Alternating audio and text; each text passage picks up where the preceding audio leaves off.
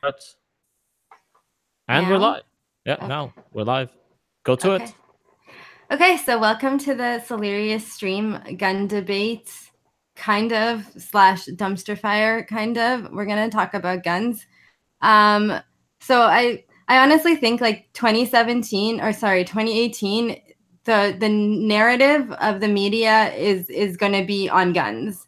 Like how they were obsessed with Trump last year, they're going to be obsessed with guns this year. You think I'm naive? Yeah. If they've been like dragging out this Parkland thing, like the news stories don't stop coming, and celebrity virtue signaling does not stop coming. On this but issue. it hasn't even been a month. I mean, yeah, okay. Usually when it's a school shooting, they like to drag it out a little longer than other shootings because it's the children. Think of the children. Yes, okay. Well, speaking of the children, so I'm gonna read 2 quotes from so-called children that Parkland students that CNN kept posting all over Facebook today that highly triggered me. And then what I kind of want to do is I'll post the articles, but I pretty much found a bunch of articles that debunk pro-gun arguments. AQ, I'm air quoting, but you guys can't see me. And so I want to, and these are arguments like in real life that I keep getting thrown at, because it's just in everyday conversations when the topic comes up, people are keep citing these points. So I want to go through them and discuss why they might, or maybe some of them can be right. I don't know. Like I'm still open. I know most of you guys are pretty sure on what side of this debate you're on. So what I do ask is, when I do try to like come in with a new argument or try to add to, because I'm going to be going through a few articles at the same time because I want to keep it consistent on the point. I'm just going to try to come in and either read a little bit more of the other side of the argument, because I'm pretty sure you guys can handle the pro side argument. So I'm not going to be making the pro side argument unless I get triggered maybe by something I read. So, okay. So now this was all over freaking Facebook today. And I actually took the time to type out what they said in the video because I didn't want to actually show it because I didn't want us to get flagged. And we couldn't figure out how I could screen share anyways. So these are the Parkland students saying, the first quote is, "My innocence, our innocence has been taken from us. I am 17, but in a matter of days, I have aged decades. Where is the common sense to these laws?" Now, I want to address this common sense issue later, okay? So, like, but this common sense, like, is also keeps coming up, and I want to discuss the narrative around that. And yeah, and they will always throw the common sense thing because it makes them feel like they have a point. They have a drive. Oh, it's common sense. It's common sense. No, right. It isn't. It's just a talking point. That's all it is. Right. Well, I have a few articles on the common sense gun laws, so I want to actually go through them too. Mm-hmm. So yeah, this will be a little bit like dumpster fire, but gun themed. And then she says, "Because of our systematic failure of our government on every level, people are dying every day." The second quote is, "The people in the government who the people in the government who voted for us are lying to us. Who are voted in power are lying to us. And us kids seem to be the only ones who notice and are prepared to call BS. They say there's no laws." And so this is cute, because if you actually watch the CNN video, they have all of the students chant the BS together. So like she's reading this and then they all go BS, and she's like passionate about this, right? On CNN, huh? Yes. They say no laws could have ever been able to prevent the hundreds of senseless tragedies that have occurred. We, and as a group again, we call BS. That us kids don't know what we're talking about. That we're too young to understand how the government works. We call BS as a group, they chant. If you agree, register to vote. Contact your local congressman and give them a piece of your mind, blah, blah, blah, blah, blah. So, I will never watch that, for one. Secondly, I call BS on all their shit. Right. So emotional pleas right away is kind of how the left is making this argument, I think. But so we're going to see. But what are these common sense laws? So do you guys want to start with that, the common sense laws? Well, like what is she? Okay.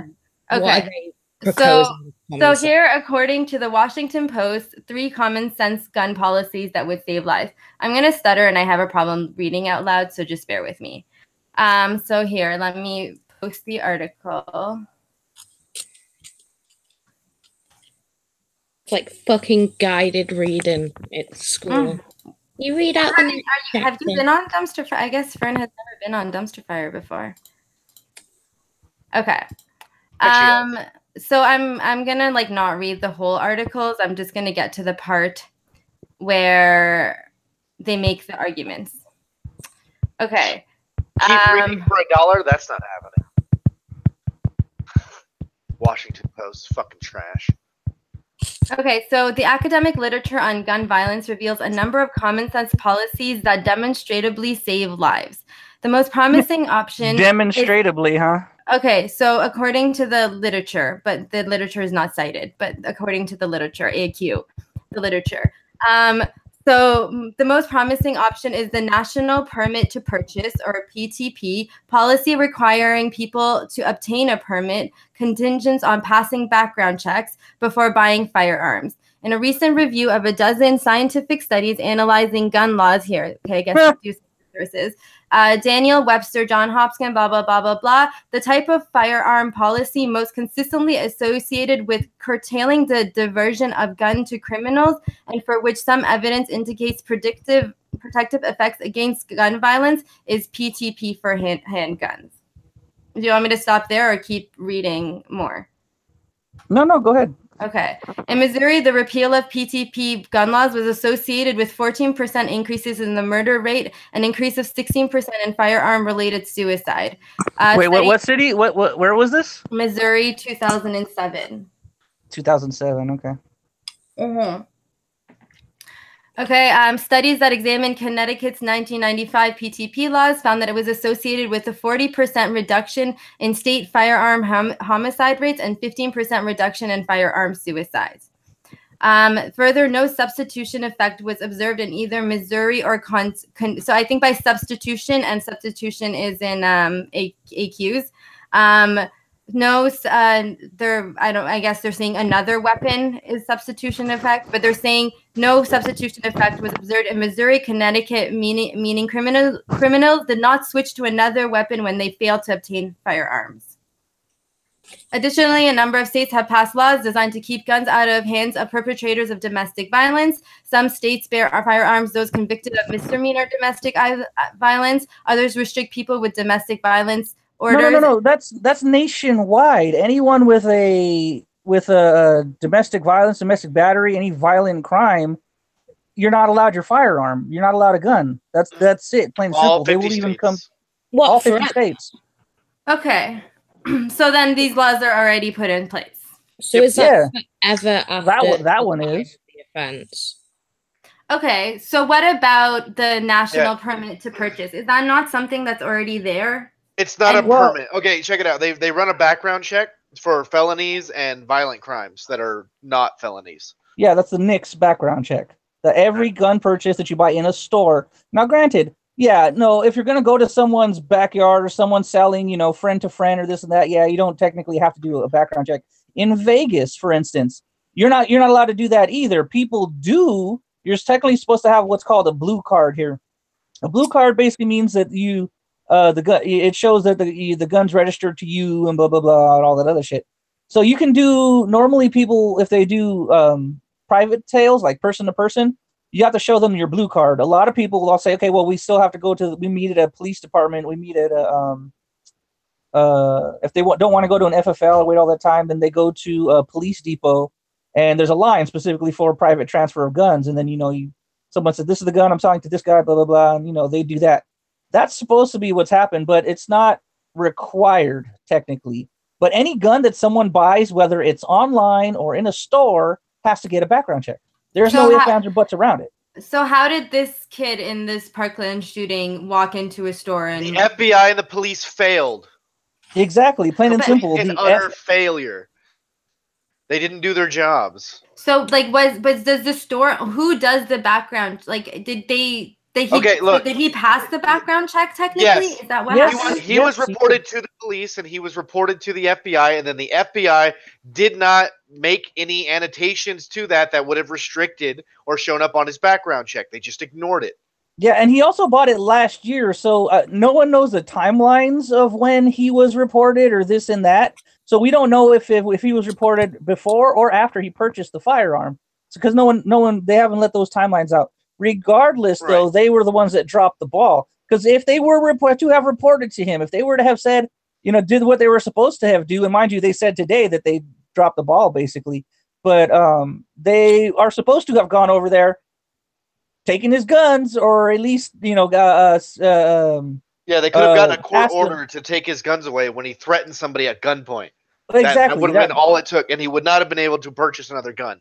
Nope, they would have literally had the right to go into his house and take every gun he had. So when we say they check for violent offenses. So No, it's a full. You get the full background check, right? Like Yeah. sellers actually have the right to deny you the sale of a gun, even if you meet the criteria, because of things that are on your background check. So they can look at it and be like, "You're just an all-around shitty person, and I don't feel comfortable selling you a gun." Well, I don't know if that's because okay. Look, It is legal to do that. Not saying sellers do that. Well, it is you legal to can. do Well, that. you can. Well, I'm a dealer. I'm an FFL dealer. You It is can legal for you refuse to- the right. You can refuse the right to service to anybody. You don't have. You can just say no. I don't want to sell you anything. Yeah, that is your cost. But when we call in a background check, all we're doing, they fill out what's called a 4473. Okay, it says your name, address, blah blah blah, social. I know basically how the thing works, but I didn't. It's all violent crime. It was like every violent offense you've ever had, no matter how minor it is. Absolutely, yeah. If you were, even if it's misdemeanor, But- misdemeanor domestic battery, yes. Right, but like violent crime that's been like reported or No, there's absolutely. been police Well, evidence of. yes. Well, how Right, are they going to know? exactly, yeah. How is the law going to know if it's not reported? Because that goes to the ATF, right? How's the ATF going to know something that they don't know everything that happens all the time, everywhere with every person? They only know what's Just reported. exactly. It's kind of like what happened with the shooting in Texas, the church shooting. That guy was not supposed to have guns. He was kicked out of the Air Force because of violence. He beat his wife and shit like that. He bought the gun outside of the military. He went to a regular gun store. The Air Force did not, or the military, Air Force military. I don't know how their courts work, but the military courts did not submit his felonies, his background to the NICS database. Which That's they are their required to fault on do. that. Problem, isn't it? He would have never been able to purchase that gun or a rifle or any gun legally if they had done their job. I don't know that much about the database, but I watched that town hall, that CNN town hall. Bullshit. It was nonsense. Okay. But no, Fern, he Fern, said you have a number, right? Like there's some number that the government gives you for your benefits. national insurance number. Right. Yeah, We have a Social social Security. security number, right? So Yeah. they verify, the seller will verify your identity, and then when you run the background check, it'll be associated to that, your name and your address, and so that information will come up, right? So it's not just a random search of the name or anything like that. It's the culmination of your information.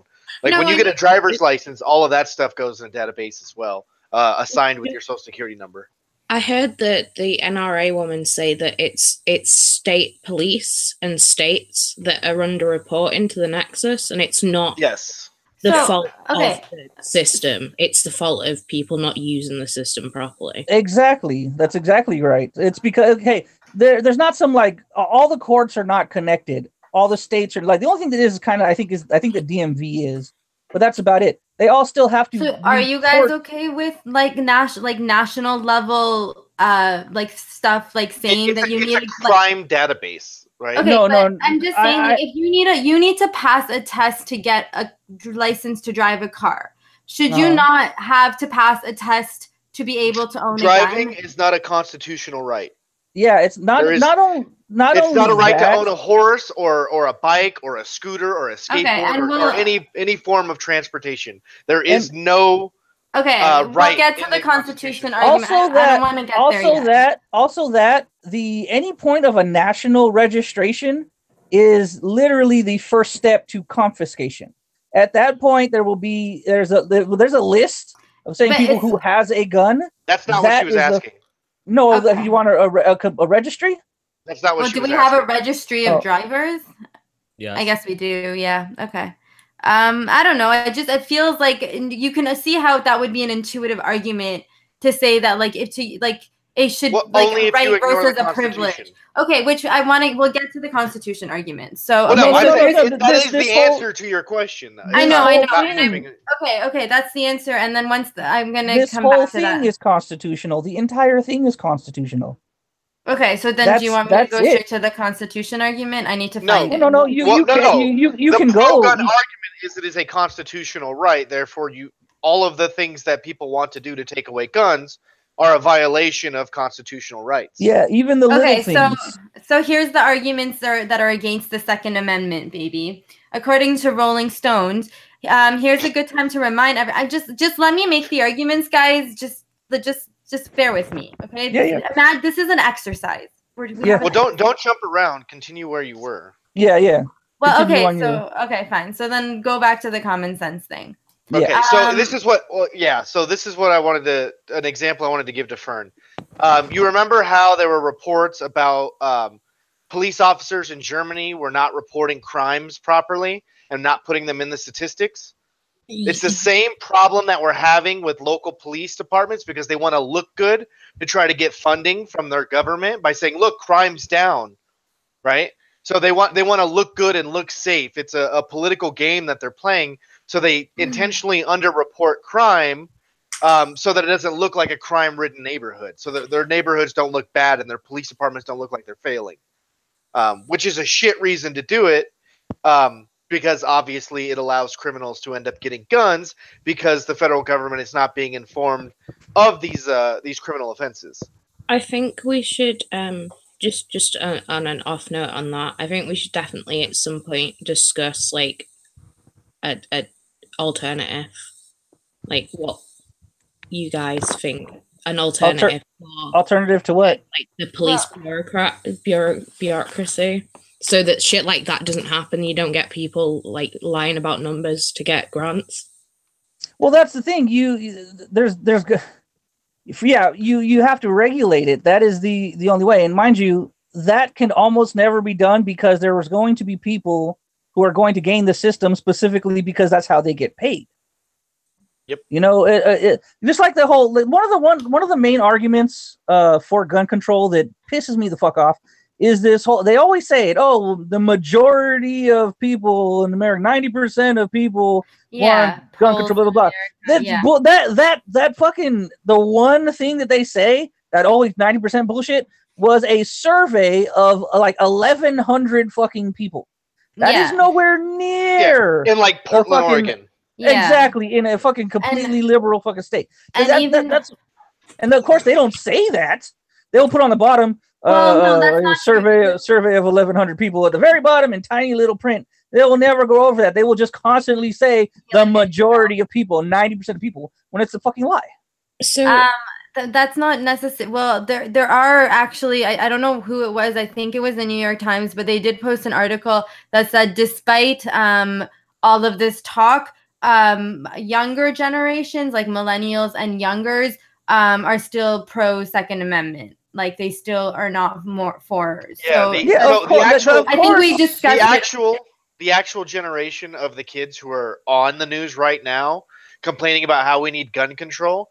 They are actually the minority opinion in their generation. Right. Yeah, they're also the generation that eats fucking Tide Pods. Well, you're actually hurting your own argument saying that. Yeah, there's also like a Crowder had one of the kids from Parkland on who was discussing this, and he was pro guns, and he was saying like how frustrated he was about the way that they're using their school. And there's a lot of people that are crying wolf who are coming like forward in the news media. But okay, so just back to this article about the common sense laws. So one of the final points that they talk about, because here's another argument that I get all the time, is that the NRA and the Republican government and the pro-gun people don't care about the Second Amendment. They don't care about protecting themselves. This is just a way for gun companies and war people to make money. So this is just like a capitalist Let me finish, okay? There's Sorry. a capitalist. This is like part of the capitalist corporate agenda of like, and wars in the Middle East are all part of this as well. And this is just manufacturers making money. So this article is saying finally in the United States, gun manufacturers are able to design their products without regard for consumer safety. This is largely the consequence of the 2005 Protection of Lawful Commerce in Arms Act. Okay, here's the thing. Most gun manufacturers have a lot of add safety things into their guns, right? Like Taurus is one of the ones that I've seen that they're really good. Like they have like a special little key that comes with their gun that you can actually lock them up. So they come with cable locks. Some of them have like a special little key that you have to put in there that locks the trigger or locks the slide or whatever. And they have these safety things that they actually put in the guns to make the guns safer for the consumer. So that on the face of it is completely undermined by what gun manufacturers are actually doing. Well, not even that. Like just to that, Smith and Wesson, they have every Smith and Wesson, just like Ruger and a few other gun manufacturers. They do have these little things with it blocks the firing pin and you can't chamber, it can't do anything. It locks the gun down basically. That's what he was talking about. But I assure you, there's gun protections for. You can't sell a gun that's going to blow up, that's going to malfunction, that's going to this idea of the NRA and this whole culture of guns in the United States is about weapons producing companies to just make more money and promote war and make people want to shoot each other. This is where there's another point. That's a retarded argument. The majority of gun manufacturers do not make weapons for the military. So they would have no purpose in promoting war because it would not benefit them. Yeah, because they're equated. They equate those two. No, yeah, well, there's no equation. When the military buys ARs or buys this and that, the only people that'll sell mass production of weapons is like AKs. AK-47s, okay? And everybody makes those fucking rifles. The Chinese, the Russian, they make them in caves in fucking Iraq. It's not that difficult to make AKs. There's Ruger isn't making fucking hundreds of AR-15s to send to a war zone. The only thing Smith and Wesson makes a lot of handguns, but they go to police companies. They go to the police departments all around the country. When people get government contracts or stuff for that now. SIG is one manufacturer. I think they have the new handgun. Like Beretta was the old manufacturer. SIG now makes handguns. Beretta was in there for 30 years. Yeah, now it's SIG, and they make the handguns for the military now. Just you for don't go to war. You don't go just for the army. Sorry, you don't go to war with a handgun. Okay, you're not going to fight a war with handguns. It's not going to happen. They are sidearms. They're don't you? What? You carry them as sidearms, though, don't you? Exactly. They're defensive weapons, is what they are. Of all the gun manufacturers, very few of them are mass producing weapons for the military, right? Like Colt and Armalite are the only two gun manufacturers I saw that were producing M16s when I was in. Barrett makes the 50 cal exclusively, but that's kind of actually the thing that they do. Remington makes one of the sniper rifles that every branch uses, and who makes the M1A? I fucking forgot. Yeah, Springfield. Yeah, Springfield, right? Now, yeah, if you do the other one that makes M16s, and that's it. Yeah, but they stay in America. But the overwhelming rest of those gun companies don't even make any weapons for the military. So the argument doesn't make sense. Exactly, and there's the other ones. So if you're going to all the countries and the other, around worldwide, if they're not in the UN, basically, then they're AK-47s, which means everybody and their mother makes them, and that's a whole other thing. It has nothing to do with the NRA. Has nothing to do with Americans. On top of that, every other gun country has their own motherfucking manufacturer. FN makes the French guns. I think they do. Taurus is a Brazilian company. Yeah, I really like it. Israel makes the Tavors and shit like that for Israel. I forget who makes not Webley. The British have their own rifle manufacturing. The German, half of the Eastern blocs all use H&K, Heckler and Koch.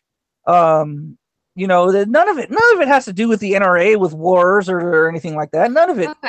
Who buys guns? You know who buys guns? Americans. Okay. Plain and simple. And Americans apparently, so here's the other thing that they're talking about with this Protection of Lawful Commerce Act is that there's this loophole in gun shows, and I've heard this come up in a few arguments of so here's what they're saying. Lawsuits were slowly influencing the conduct of gun manufacturers and dealers and better aligning them with public health. So lawsuits in Chicago and Detroit targeted gun retail shows and wholesales engaged in practices facilitating illegal straw purchases. So there's there's no wholesaler that sells to people.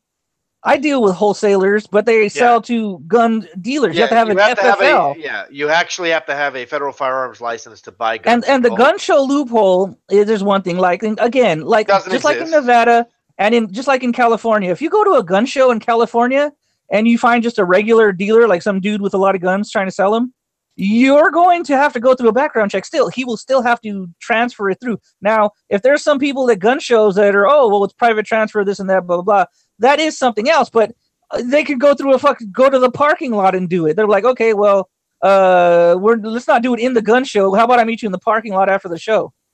Also, their solution doesn't end straw purchases, because the straw purchase is where an individual intentionally lies to purchase a gun for somebody who cannot legally purchase a gun. That's what a straw purchase is. Exactly. And if they get caught with it, it's registered to that person. That person still gets in trouble. Because it was bought and purchased. Yeah. Well, I mean, it was sold to them. If one person, regardless of where it's from, if one person is let's say someone buys a gun for someone that's not allowed to have one. Okay. Well, let's say that person that not allowed to have one gets caught with it or in trouble. The serial numbers come back. Let's say it was used in a crime. Okay. Well, they'll trace the serial numbers. The serial numbers go to the manufacturer. The manufacturer, okay, we sent it to this dealer. That person then the ATF has to go to that dealer, because mind you, I've dealt with this a few times, and you have to go through your 4473 files and see who it was sold to. Okay. So now I want to start going through some of the debunking of the pro-gun myths. So I just posted the article. So the first one is the more guns equals less crime. So I posted Huffington Post. The South, so according to them, the South is the most violent region in the country and has the highest prevalence of gun carrying. The John Hopkins Center for Gun Policy and Research found that expanding concealed carry laws increases aggravated assaults. European countries have strikingly more stringent gun control laws and less gun violence. Comparatively, 15 of the 25 worst mass shootings in the past 50 years have occurred in the United States. This is where I wanted Will to come in, and unfortunately, he seems to have.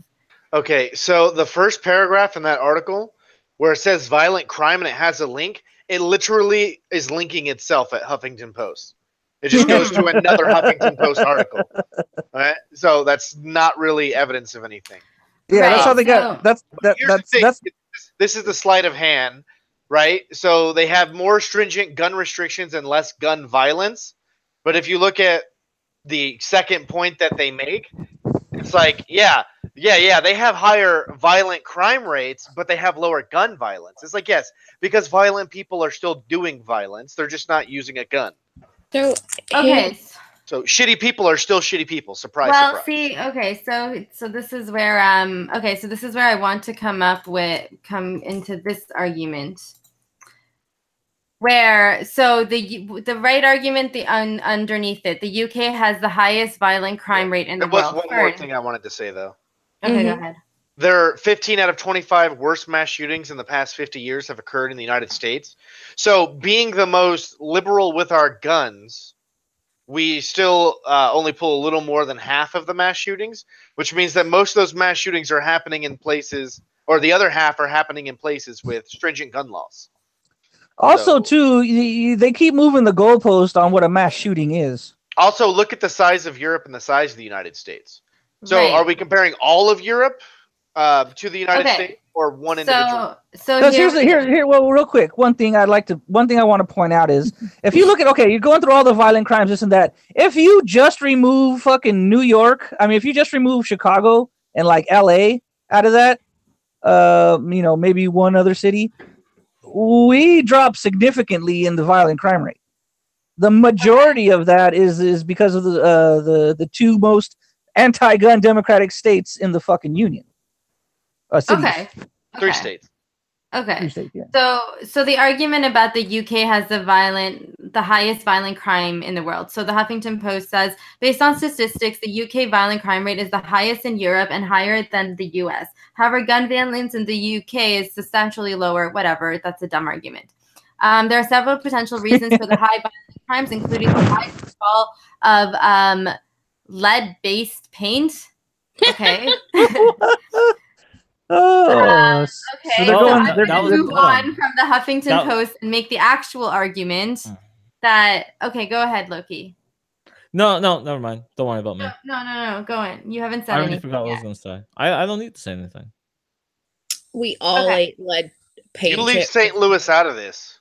All of us were eating lead paint chips like all the time, and now I just beat the fuck out of each other. It's like all us British people do.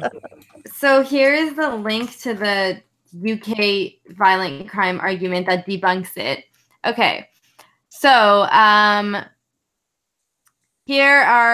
violent crime in the UK is defined as so technically violent crime in the UK has more liberal definition. So violent crime contains a wide range of offenses, from minor assaults such as pushing and shoving that results in no physical harm, though serious incidents of wounding, to serious incidents of wounding and murder. Around half of violent crime incidents identified by police statistics involve no injury to the victim. In the US, violent crime is composed of 4 offenses: murder and non-negligent manslaughter, forcible rape, robbery, aggravated assault, and violent crimes are defined as the offenses which involve force or threat of force. Okay, so according to these figures, so here glances of UK Home Office statistics and US FBI sources. So the figures are you are 1.07 times more likely to suffer robbery in the UK than in the US. So robbery is more in the UK than in the US. And these are figures reported per 100,000 people. So for every 100,000%. So this is controlled for population. Okay? Mm-hmm. You are more likely to be a victim of stabbing in the UK than you are in the US by 1.14%. Okay? So now here are the US statistics. Okay, and not all of this is relevant. So you are 1.13 more times as likely to be raped in the US as a female. You are 1.43 more likely to... yeah, okay. Well, that's a whole different stream. Okay. 1.4.3 more likely to suffer theft of a vehicle in the US. 1.6 because the US actually has vehicles. Yeah, I was gonna say, like, we have like an average of 2 cars per person. Okay, Yeah. so versus robbery is higher in the UK, but in the US, burglary is at 4.4% higher, and burglary is probably because of gun use is probably higher. So I'm just gonna make the argument. Let me finish. No. Don't start arguing yet. Let me finish. Don't start arguing yet. And then you are 7.7 more times as likely for every 100,000 of people to suffer from aggravated assault in the US than in the UK. And you are 39.6 times more likely to be shot dead in the US versus in the UK. Okay, go.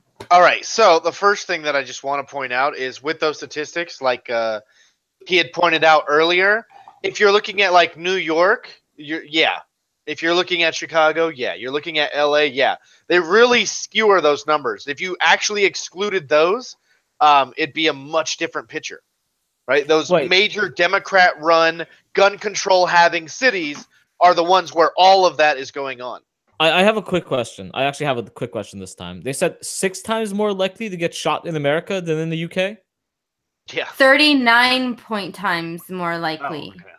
39 times also, likely? here's the weird part is, you have a 95% chance of surviving a gunshot unless you are shot in the heart or the brain in the US, or unless you don't seek medical aid. Okay, which is if you just the stay there. other argument that is brought up in Wait, but it's still 36% times more likely than what? It's not 0. Is it 1? For Right, every exactly. 100,000 people in the UK versus the US, in the US you have a 39% more chance of getting shot. He's asking how what's your chance in the UK? In the UK, because apparently it's still not 0, even though they it's banned all guns. 3.47. Cops can't carry guns. In Right? the So UK, they already have the full anti-gun laws put in place. Yeah. The cops don't even carry guns, and you're still likely to get shot. But more actually, likely wait, to he get doesn't. stabbed. He doesn't cite the UK Of results. course, he won't cite. Okay. Weird how that works. Well, they're comparing the two groups. Right. So yeah, that's kind of the. Well, the raw information isn't there, so just take his word for it. I mean, well, no, he actually cites the government. So this is the UK government of Wales. Although if you go to the link, it's not live anymore. The FBI government and the BSJ government. So like the links, his sources are there. Now, if you click on them, they don't necessarily go anywhere anymore. But now that's where Fern, you can talk about your experience with violence in the UK. How much more likely are we to have equating acid apples thrown in your and face? oranges? Yes. How much more likely are you to have acid thrown in your face in the UK than in America? Okay, that's a separate problem, though. No, I just want people to know that if you throw acid in their face in America, they might just shoot you. Actually, that's not a separate thing because in Texas they had a Draw Muhammad competition, and some jihadis showed up and they were shot dead by a couple Texans with guns. Yeah, they didn't get too far on that one. Something similar happening in France, and a bunch of French people were dead. Vaguely recall that. Mm-hmm. We can get anecdotal all day. Okay, so can we go to the other debunked myth again AQ Go ahead. debunked. Okay, so the only thing that stops a bad guy with a gun is a good guy with a gun. Goddamn right. According to this is where it gets debunked. We're probably not going to go through it. Feels like you skipped. I know, but I'm trying to. Oh.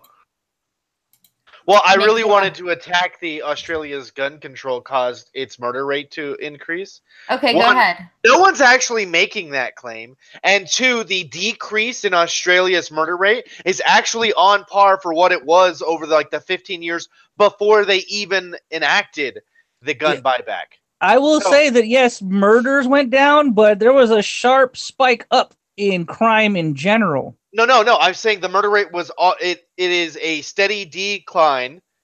So the murder rate 10 years before the gun buyback was even enacted. Yeah. Right? So that's literally the trend that it was already taking. So that's actually an insignificant event on the murder rate trend. Okay, but right below it, but in Chicago is more violent than Houston, kind of addresses the point that you guys were making about there's certain cities that have higher gun violence. So they're saying in the U.S. gun laws are not uniform. Chicago has tight gun laws, but the rest of Illinois does not. So the rest of Illinois does have tight gun laws. That's a lie. Because Chicago is pretty much 80% of the voting body of Illinois, and so they vote in Democrats. And people in Indiana, if you have an Illinois driver, and the same thing in Missouri, if you have an Illinois driver's license, they don't even want to sell you a gun because they don't want the headache. They don't want the trouble that Illinois' gun laws bring you. That's an actual thing, right? So that's clearly not true. Illinois does have a lot of strict gun laws. Now, there are ways that people do illegal purchases, like they get buddies over in Indiana to buy a gun that they then pay them extra for and then take the gun back to Chicago and file off the serial number. But that's all criminal. So more gun laws aren't going to stop that, right? Unless you're planning to ban every single gun out of existence in the country. But even then, Canada has guns. Mexico obviously has guns.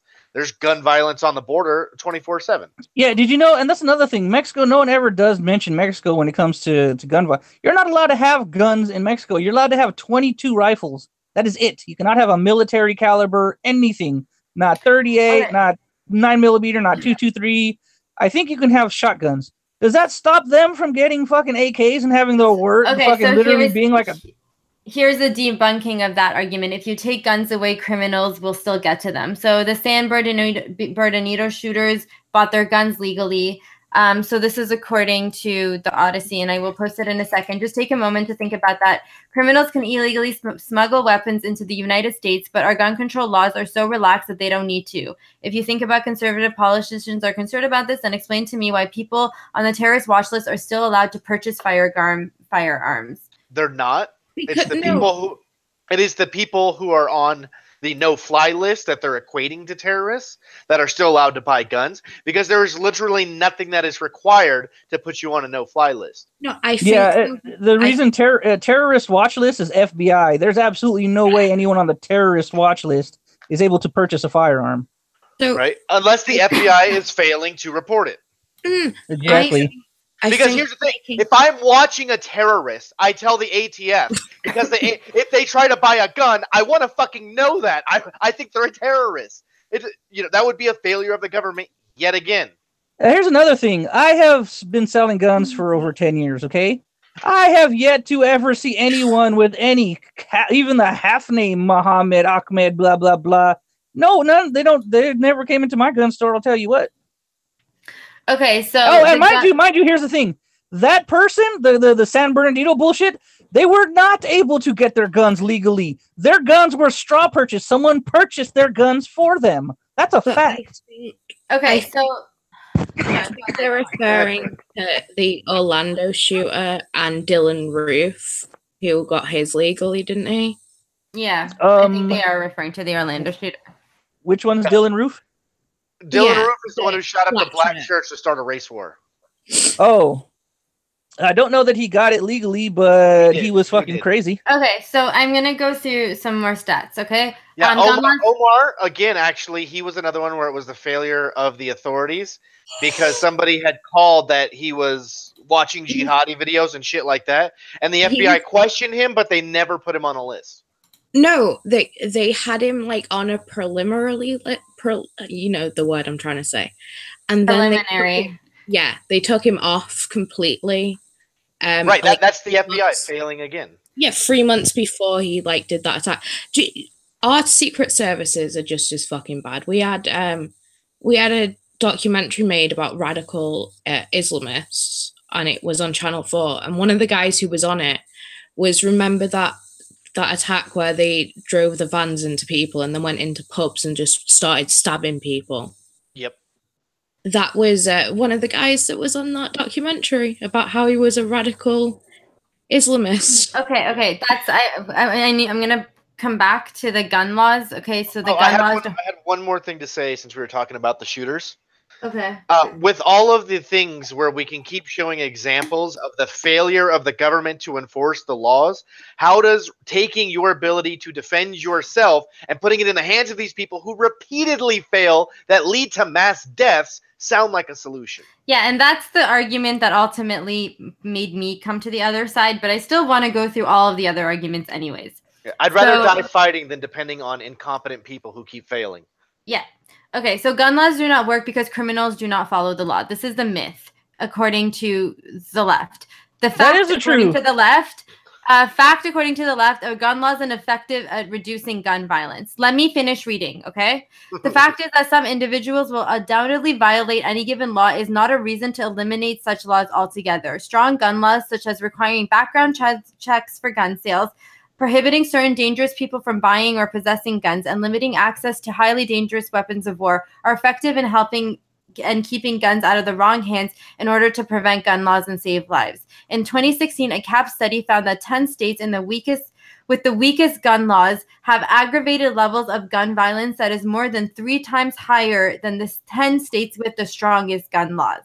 Research by Avery Town for Gun Safety found that states that require background checks for all handgun sales have significantly lower rates of intimate partner violence, homicides of women, law enforcement officers killed with handguns, and gun-related suicides. The 2 studies by John Hopkins, Bloomberg, blah, blah, blah, blah, blah, demonstrated that impact of permit-to-purchase laws that include background check requirements worked. And when Connecticut, blah, blah, blah. Okay, so we had already covered this stuff. Okay, go. Well, the first two things that you said under there said, well, there was the two things. If the first three things that you said where they listed out, the first Okay, one so strong gun laws. So requiring background cells, prohibiting dangerous people from buying or possessing guns, and Already limiting done. access works. already exists. Already Okay. exists. What was the second one? So now they're finding that states with the weakest gun laws have aggravated levels of gun violence that is more than 3 times higher than the 10 states with the lowest gun laws. So they took the 10 states with weak gun laws and compared them to the 10 states with low gun laws, and they found that gun violence is more than 3 times higher in states with the stronger gun laws. Okay, and where is this all cited? Like, Wait, who? hold on. This is a So, 2016 hold on. CAP study. Hold on. So they're saying that states with stricter gun laws have more violence. No, Yeah, they're saying That's them debunking that states with stricter gun laws have more No. violence. It sounds No, like no, they no. proved it. They're saying the states with weaker gun laws have Compared compared the 10 states with the weakest gun laws compared to the 10 states with the strongest gun laws, the ones with the strongest gun laws had gun violence that were 3 times higher than the one. Sorry. I don't believe that. I would like to see the actual states. Okay, so he links it. This Yeah, is according to 12. I'll bet you they don't include in those states New York, Illinois, and California. Okay, here's the link to the actual study. So just to make sure that I didn't like misinterpret myself, I'm gonna read it one more time. Shit, and now I lost it. This is the actual study. Yes. An analysis of gun violence. Okay. We'll see. So There's it's just so here one more time. According to a 2016 CAP study, found that the 10 states with the weakest gun laws have an aggravated level of gun violence that is more than 3 times higher than the states with the strongest gun laws. Yeah, so this study, I don't see any actual hard data. It just looks like another article from AmericanProgress.org. Although maybe you're right. Is that actually saying that the ones with the weaker gun laws have more gun violence? Yeah, that's what it sounds. It sounds like. Oh my god! No, then no they're gun laws debunking versus themselves. weak gun laws. And I'm like, Wait, so they're saying if I have no restriction, it's actually better than having some restriction. Is what it sounds like you said. That's why I don't understand this. Yeah. So if someone wants to, we'll put it somewhere in the. Yeah, And I don't know if that's saying. I don't know the way that's worded. You don't know if that's saying if the states that have lower gun, because it's sounding like the states that have lower. Yeah. No. They're saying that the states that have less gun laws have more gun violence than the states that have less. Yeah. Hold on, but your source doesn't have any raw data in it. It doesn't have any links to anything in it. That's Aaron is saying the site links to itself. They all do, figures. Okay, maybe. The sources. AmericanProgress.org. And here's the thing: is Texas apparently has strict gun laws, but Oklahoma doesn't. Or Oklahoma does, but Illinois doesn't. Yeah, Illinois is on the lower list for America Under Fire. So I'm assuming this is Illinois. Yeah. Chicago's in Illinois. Chicago has the worst. Yeah. So according to this, New York is among the safest states. Hey, right? Look, it's our friends, our other friends. Here's the thing: is in the same time frame of the Iraq War, more people died just in the city of Chicago than did in the entire war. Right, but then they tried it. They're going to equate that the same argument they made before, that Chicago has tight gun laws, but the rest of Illinois doesn't. The rest of Illinois does. The rest of Illinois absolutely does. Hold on. In your example, it is listed as one of the 10 states with the most gun laws. Okay. In the source, that's how it's listed. So that makes no sense for them to even say that. Illinois has weak gun laws, yet it's in the top 10 for strictest gun laws. How does that make sense? Yeah, it is pretty bad. I can tell you, like places like Illinois and New York and New Jersey and California, where you actually go to buy an AR-15. They have the guns that are pretty much standard for everyone else, and then they actually have sections where they actually charge you more for making things Illinois compliant, California compliant, New Jersey compliant. So yeah, not only do they have gun controls, they tell you what types of fucking rifles and you can basically own. Yeah, here you go. From 2005 to 2014, 10,902 people were killed in Illinois with guns. And I know that Illinois has a lot of gun laws. Okay. Right? It's my neighboring state, right? Like in St. Louis, like if you pull out an Illinois driver's license, they won't even bother with you. So then HuffPo is just right out lying. Wow, HuffPo Yeah, lying? duh. Are you, Okay. wow. Okay. I'm shocked. HuffPo absolutely lies. That's what they do.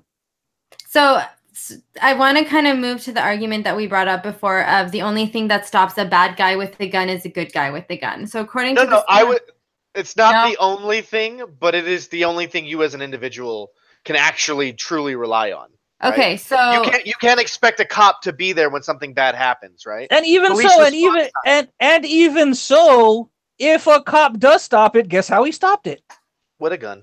okay. No. She actually stopped it with a weapon called a Diplomacy? yeah, a pew pew. Okay, let me They stopped it with gender politics. That's what they stopped with. Okay, Because so they respect women. Once the female cop tried to stop the big robber. Like that fucking Matrix gif? Like when someone tries to shoot you, but guns are outlawed. There it is. See, that's just, see, Right? Atismo's right. The hug of peace. That's what that move was called. To get the female cops and go give them hugs of peace. Okay. Right. Well, no, I don't want to call all uh, cops good guys with guns because look at the fucking cops in Florida where four of them stood outside while children were being murdered. Not good guys. But again though, a side point is you have people who not only want to regulate guns, they want to actually tell you to not buy bulletproof vests. It's like, okay, so what the fuck? Like, so basically, you don't want me to have guns, but you also don't want me to protect myself from guns. It's also funny. It's also funny that these same people that these same people that think only the government and the cops should have guns are the same people that think Trump is literally Hitler. Yeah. Right. Oh my Yeah, God. I Guys, you have to actually let me make the pro guns argument before you debunk. I was Okay, gonna say like one last thing. I actually posted something on Facebook. I got this fucking liberal really mad. I said, so let me get this straight. So on one end, you'll say that our government starts wars, bombs people, spies on you without a fucking warrant, but you want that same gun, that same government to control guns? Are you fucking insane? Yeah, Yep, they're yep, yep. Don't deny that. There's for the cognitive entire dissonance. protection of your life. Like, Okay. yeah. Cool. So here's the fact that debunks the only thing that stops a bad guy with a gun is a good guy with a gun. Armed citizens rarely successfully intervene to stop an active shooter. Stop, let me actually read and then intervene. Okay, number one, an FBI study of 160 active shooting incidents from year 2000 to 2013 found that there was only one stopped by an individual with a valid firearms permit. In contrast, 21 incidents were stopped by unarmed citizens. Yeah, right. Wait, let me finish. Armed citizens can worsen the outcomes of mass shootings. During the 2011 shooting in Tucson, Arizona, an armed bystander misidentified the perpetrator and almost shot the wrong person. Let me finish. Expensive concealed carrying permit laws are linked to an increase in violent crimes. A 2017 study by researchers at Stanford University found that 10 years after inciting these laws, states experienced a 13% to 15% rise in violent crime. Okay, I'm going to stop there and let you guys go. Whoa. One thing. You just said that case in Tucson, Arizona, right? Okay. Notice the wording there. He almost shot the wrong person. Did he actually shoot him? Almost. Almost. So how the fuck are we actually counting that? Okay, so basically, I should go out and pay fucking child support because I almost got somebody fucking pregnant. Really? Yeah, exactly. You got now. You're getting it. Now you're getting it. See, now I you're like on it. board, Da. Now you see the progressive agenda, right? They already want us to pay child support for a bunch of kids we didn't make.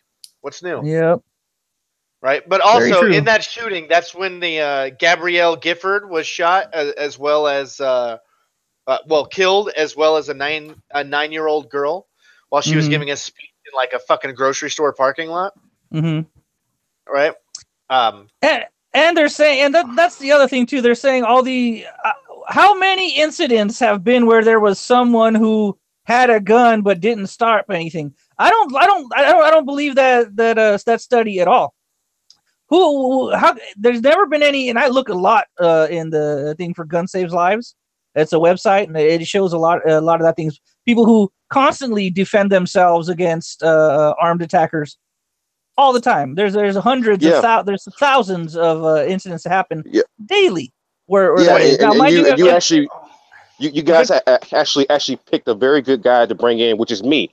Zephyr Orion actually tried to actually expose me because there's something that happened to me that I didn't want people like actually know about. Someone broke into my home and I actually shot him. So it's like I'm Oh, living proof. I'm living proof hold on. that Do you want to give absolutely. do you want to give the people a little bit of background information on why, or you know what? Maybe we shouldn't. But yeah, explain to people who Zeph is, so people aren't just blanking. He's a doxer and he's a big manipulator and so he got mad at me because of the whole crowd thing because I was kind of exposing him like this guy's a fucking doxer, I had no idea. So he tried to like go at me saying, oh well, Devil is just like a freaking cold-blooded murderer. He said that he actually shot somebody before, and I was like, well, the guy who broke into my house at 11 p.m. at night when my freaking toddler was home, that guy came into my house with a fucking weapon. Yeah. The authorities took all of my guns. I went to court, and the judge just threw it out, and the judge actually apologized to me because it was a big waste of fucking time. What judge in their right mind is going to convict somebody of murder when someone broke into your fucking home? yeah, and you shot him. In California, you might get in trouble for that kind of shit. In Vegas, no, hell no. You might get a high five from the cops. You laugh like that's ridiculous, but there was a case in, might have been fucking England, where someone was like robbing a house and they fell on the knife rack and like got all busted up and they sued the person. Oh yeah, in California that happens. People have been shot, disabled for robbing someone's house, and they sued the homeowner, and the homeowner lost. Now, mind you, it was in California. Guys, I'm sorry. I hate these stupid stories. These stories are so stupid. If you shoot somebody in your home, the best thing to do is make sure the cops never find the body. No, yeah, you make sure they're dead. They can't exactly. Make sure they're dead. Plain and simple. Make sure they're dead. That's what I'm saying. In the state of California, if somebody kicks in your door and you shoot them and they fall out of the door, you committed a felony. If they fall into your house, you just have to tell the cops you were in fear for your life. That's how stupid gun laws are in California.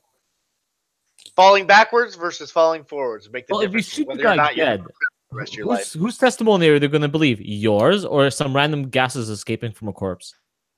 No. So I'm saying if you shoot him and he falls outside of your house, right? He falls out of the door. It's now murder because he's not in your house. It's where the body lands. That's how they do it. Drag the body back in. Right. And just let him bleed outwards, and then they'll cover up all the blood spots. But this stream isn't about covering up murders.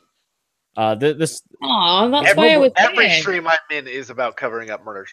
Also, they're not murders. It's not murder. It's self-defense. It's justifiable homicide.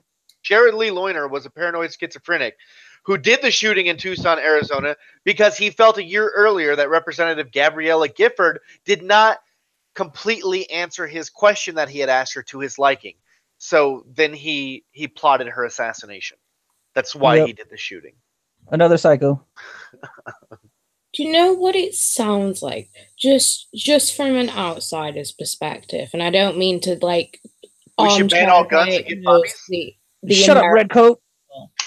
But I think you guys have a major fucking issue with mental health. We do. Yeah, that's Yeah. what it is. We, Yeah. we don't have a Yeah. gun problem. We have a mental issue. We have a mental health problem. Well, it's funny we because have- you'll hear politicians bring it up, and then they'll be told that they just in the pocket of the NRA or they hate children. Oh yeah, that's another thing. That's one of the funniest parts. Everyone's like, "Oh, the NRA this and the NRA that and blah blah blah." The NRA is the people, plain and simple. The NRA, there's 5 million members of the NRA. Okay, and those are the ones that just pay annually. Corporations trying to make as much money as possible to perpetuate the war machine that is the military-industrial complex that funds the George Bush family and the. You are exactly right, except George H.W. Bush actually left the NRA, and also they don't take any money from any gun corporations.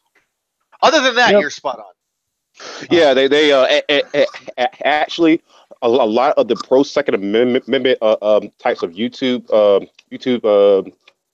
channels, they actually don't even like the NRA because they feel like they've been actually negotiating fucking rights, man. Like, I'll give you a prime example. The whole background check thing and the whole like actual bump stock thing. Yeah, a lot of the pro Second Amendment guys have been really pissed off about that. So it's like, you keep saying like the NRA. Okay, Exactly. so can I interject with their argument before you guys continue? So according to HuffPo, but the NRA represents freedom, their argument against that, the biggest problem with today's discussion about gun control is that the ideology clouds the facts. People seek confirmation bias on the internet as opposed to wow. Okay, sorry for a second. Okay. Okay. Projecting on much? the internet as opposed to forming their opinion based on real information. Okay, sorry. That's so retarded. So hold on. Oh, wait. Hold on. Let me ask one question. Okay, hold on. The NRA, the NRA spends a lot of money to skew the debate. Sure. The NRA is opposed to all gun legislation.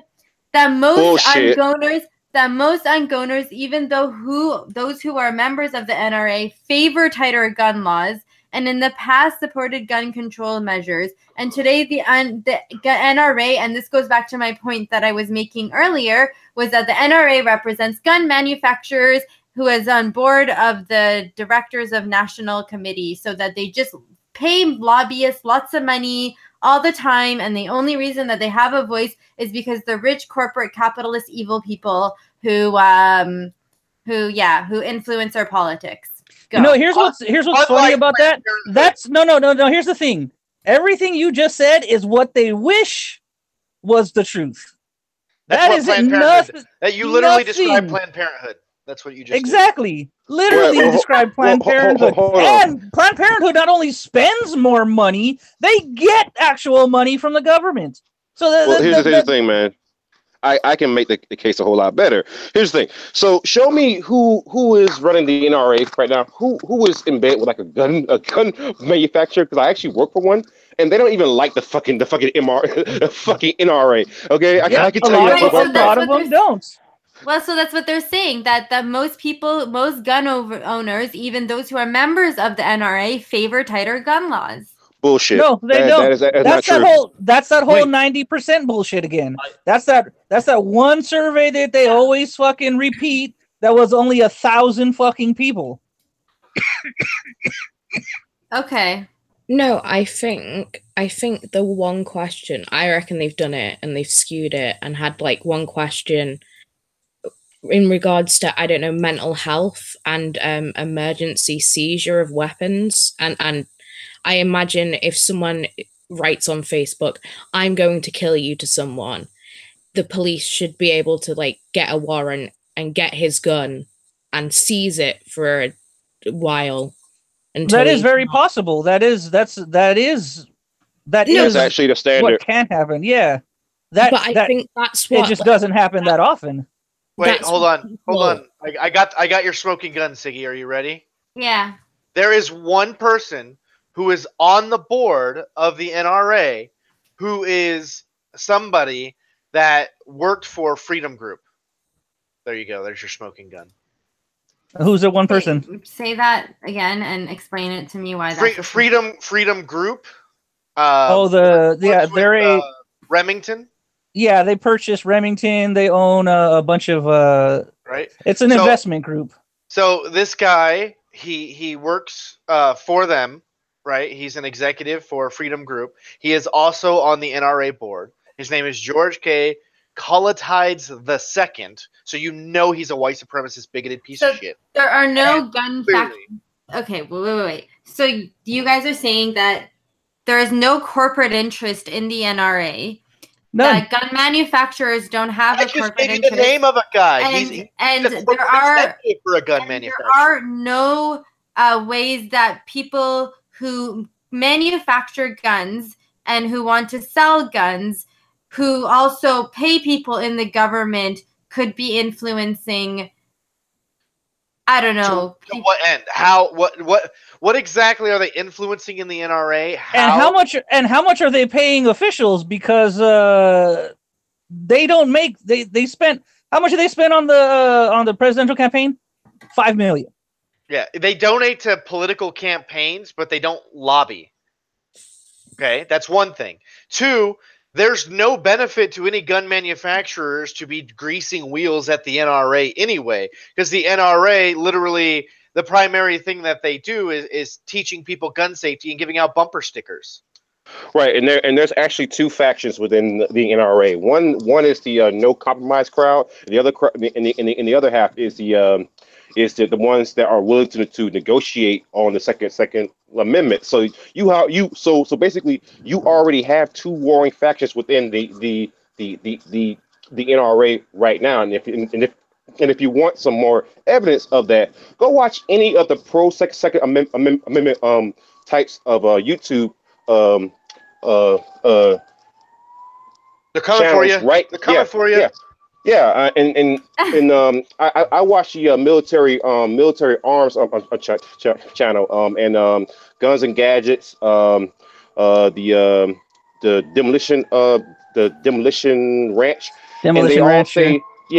they all say the exact same thing. There are two factions within the NRA. So when you say that they are in someone's pocket, which one is it? Because it's like there are two factions who will never support the same guy.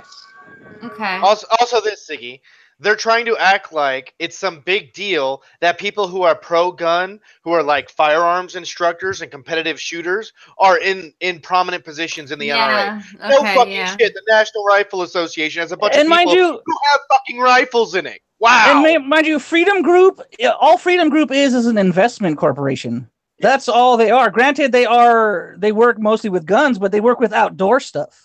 They work with outdoor, like camping ship, Gerber, this and that. It's not just guns, but they are just an investment group. They're citing people like this guy, Roger Bain. He's a licensed federal firearms dealer. Oh no, this guy, Riley Smith. He owns a timber company, but he likes guns. Right? Patricia Clark is a competitive shooter. Yeah, they're small business owners. It's an organization of people who like guns, and then you're surprised that they do stuff with guns. What are you, fucking retarded? Here's the thing, though. I probably own more guns than everyone in this whole chat combined. And the thing is, I have never joined the NRA, not even once, because they're fucking ridiculous. Like they will tell you we are for gun rights. Yeah, you're for gun rights whenever it benefits you. But now you have people who are leaving the NRA right now because they are trying to basically negotiate your gun rights away. So this whole idea that the freaking NRA is like this big bad boogeyman is bullshit. Okay. Yep. Okay, you guys ready to go to the next point?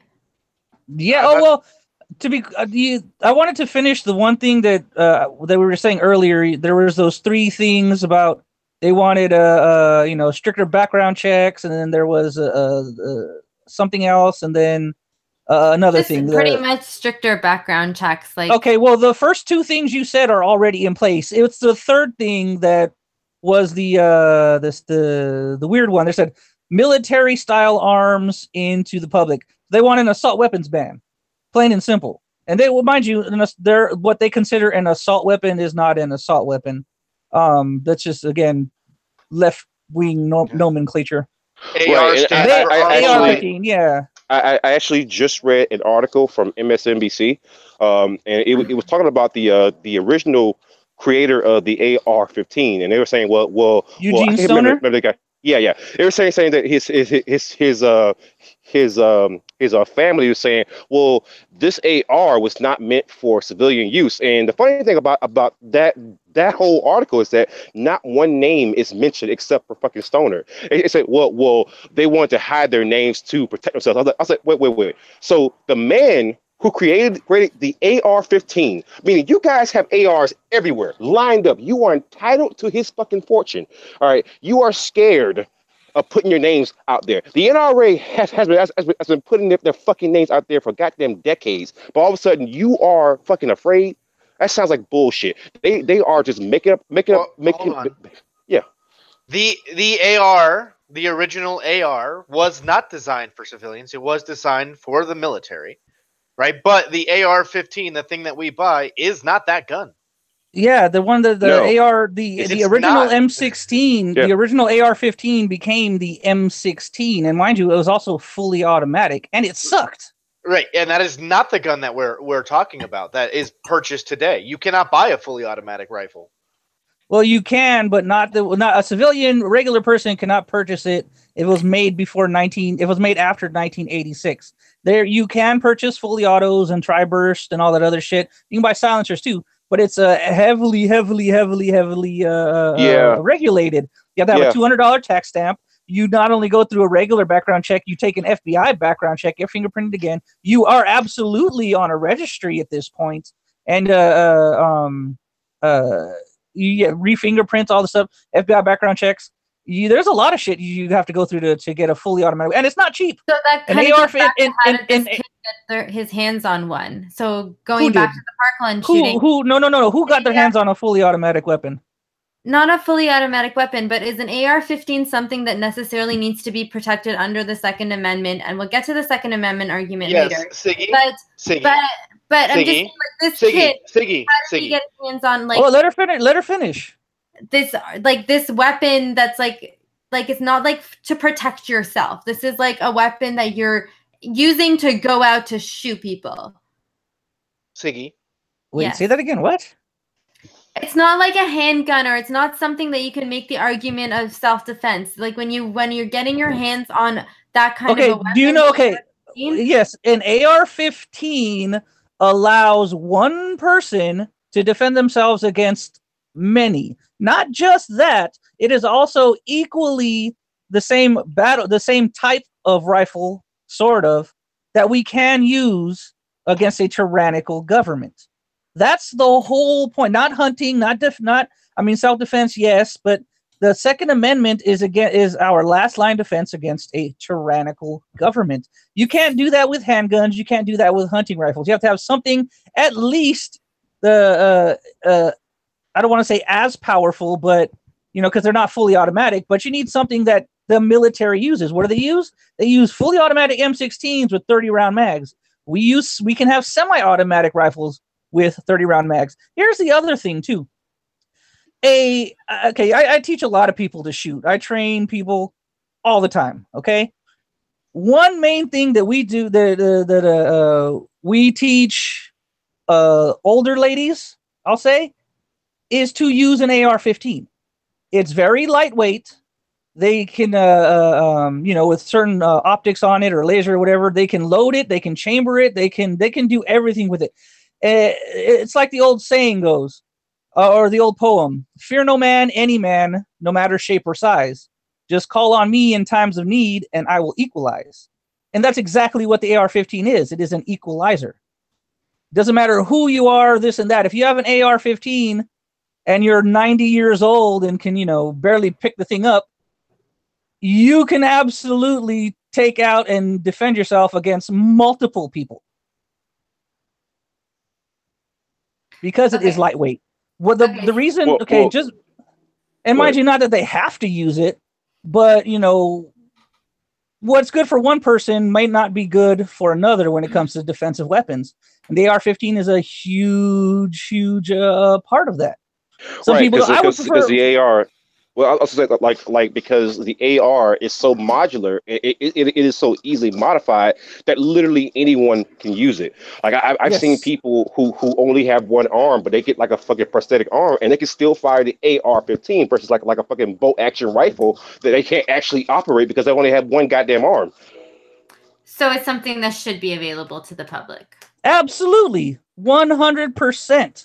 Okay, so Ziggy, I mean, in order to ban could the you AR-15, you would have to ban all semi-automatic rifles. Exactly, that too. could you imagine someone with one arm and like a freaking prosthetic arm trying to fire a fucking shotgun? That'd be like a nightmare, dude. Straight up nightmare. Like, could you imagine somebody with a freaking prosthetic arm trying to actually chamber a round from a fucking bolt action rifle? That would be You would be pretty much sentencing that person to fucking death if they ever ran into someone else with a fucking gun. okay, Guaranteed. so can we address the guns for self-defense argument? Uh-huh. Okay, so according to HuffPo, but I need my guns for self-defense. Gun restrictions hurt law-abiding citizens. So John Lott Scooter, some criminologist, and some survey of national whatever ownership use of firearms found that defensive guns used are far too high to the point of suggestion bias. As our numbers, so found that defensive gun use. So the National Survey on Private Gun Ownership and Use of Firearms found that CLEC's defensive gun use numbers are far too high to the point of suggestion bias, as are the numbers by similar studies. The National Institute of Justice found that there is an even an overestimation of the studies where gun defense is used. Okay, I'm trying to find where their actual argument is here. Yeah. So basically, when the police do a police report and they say, "Hey, this firearm was used in self-defense," they are overestimating that. I guess. Yeah. So they're overestimating. Yeah, pretty much. That's exact. Wow. Thanks, DA. My brain of science is just like can't translate anymore. I was being very sarcastic. No, I think that's actually a good explanation of what they're saying. So they're saying just okay. So guns in homes are more likely to be used for suicide than there are to be used to deter an attack. So that's one talking point that is used by the left a lot. That's really stupid, though, because hold on. Here's the owning guns makes you safer. Hold on. Addressing one point at a time. It is estimated that 500,000 to 3 million violent crimes are resolved using a gun, i.e., a person brandishes a weapon or uses a weapon in self-defense. I can actually 500,000 to 3 million times.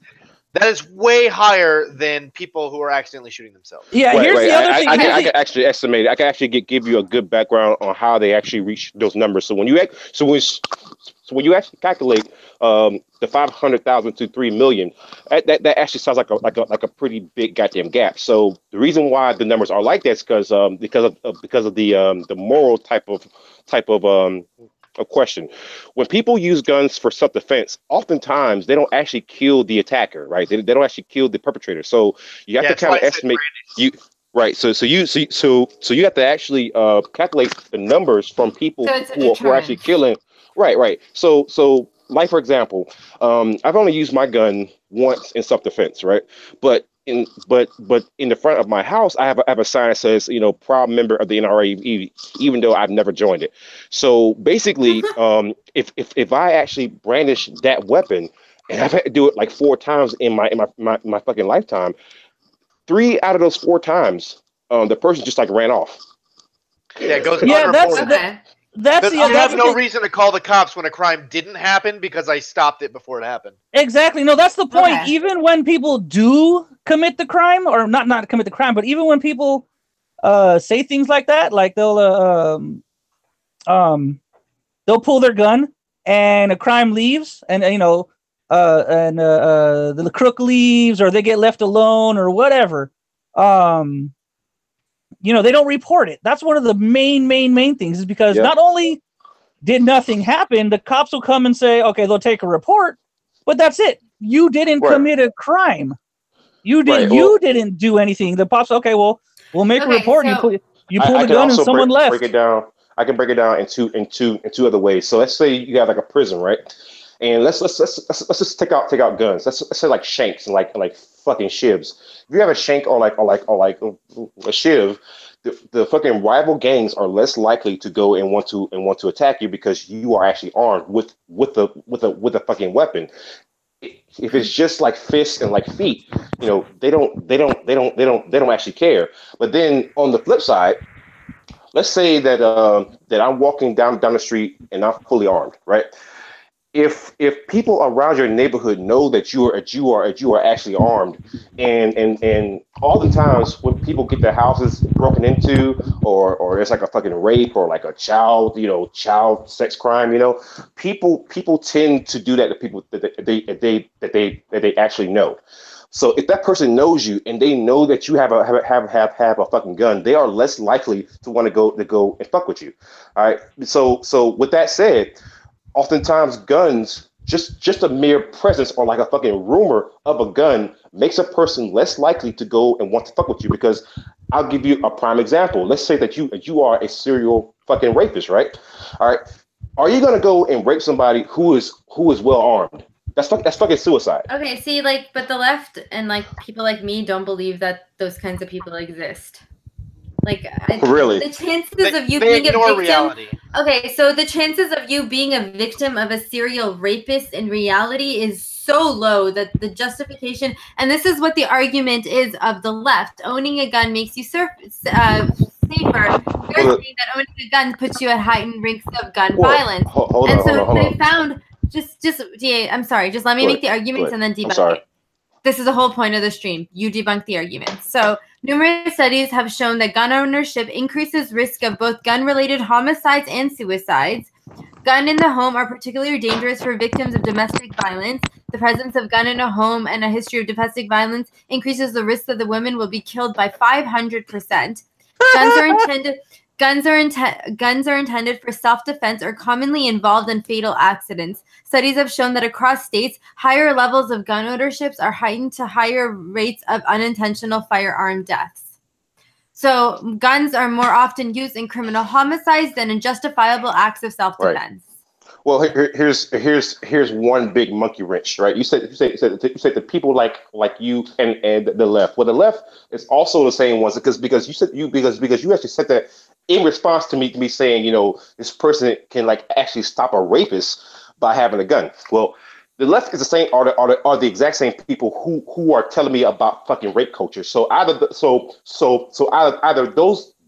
people actually exist, or I don't want to hear rape rape culture ever again. Here's the other thing too. Wait, hold on. Hold on. Here's another thing too, real quick.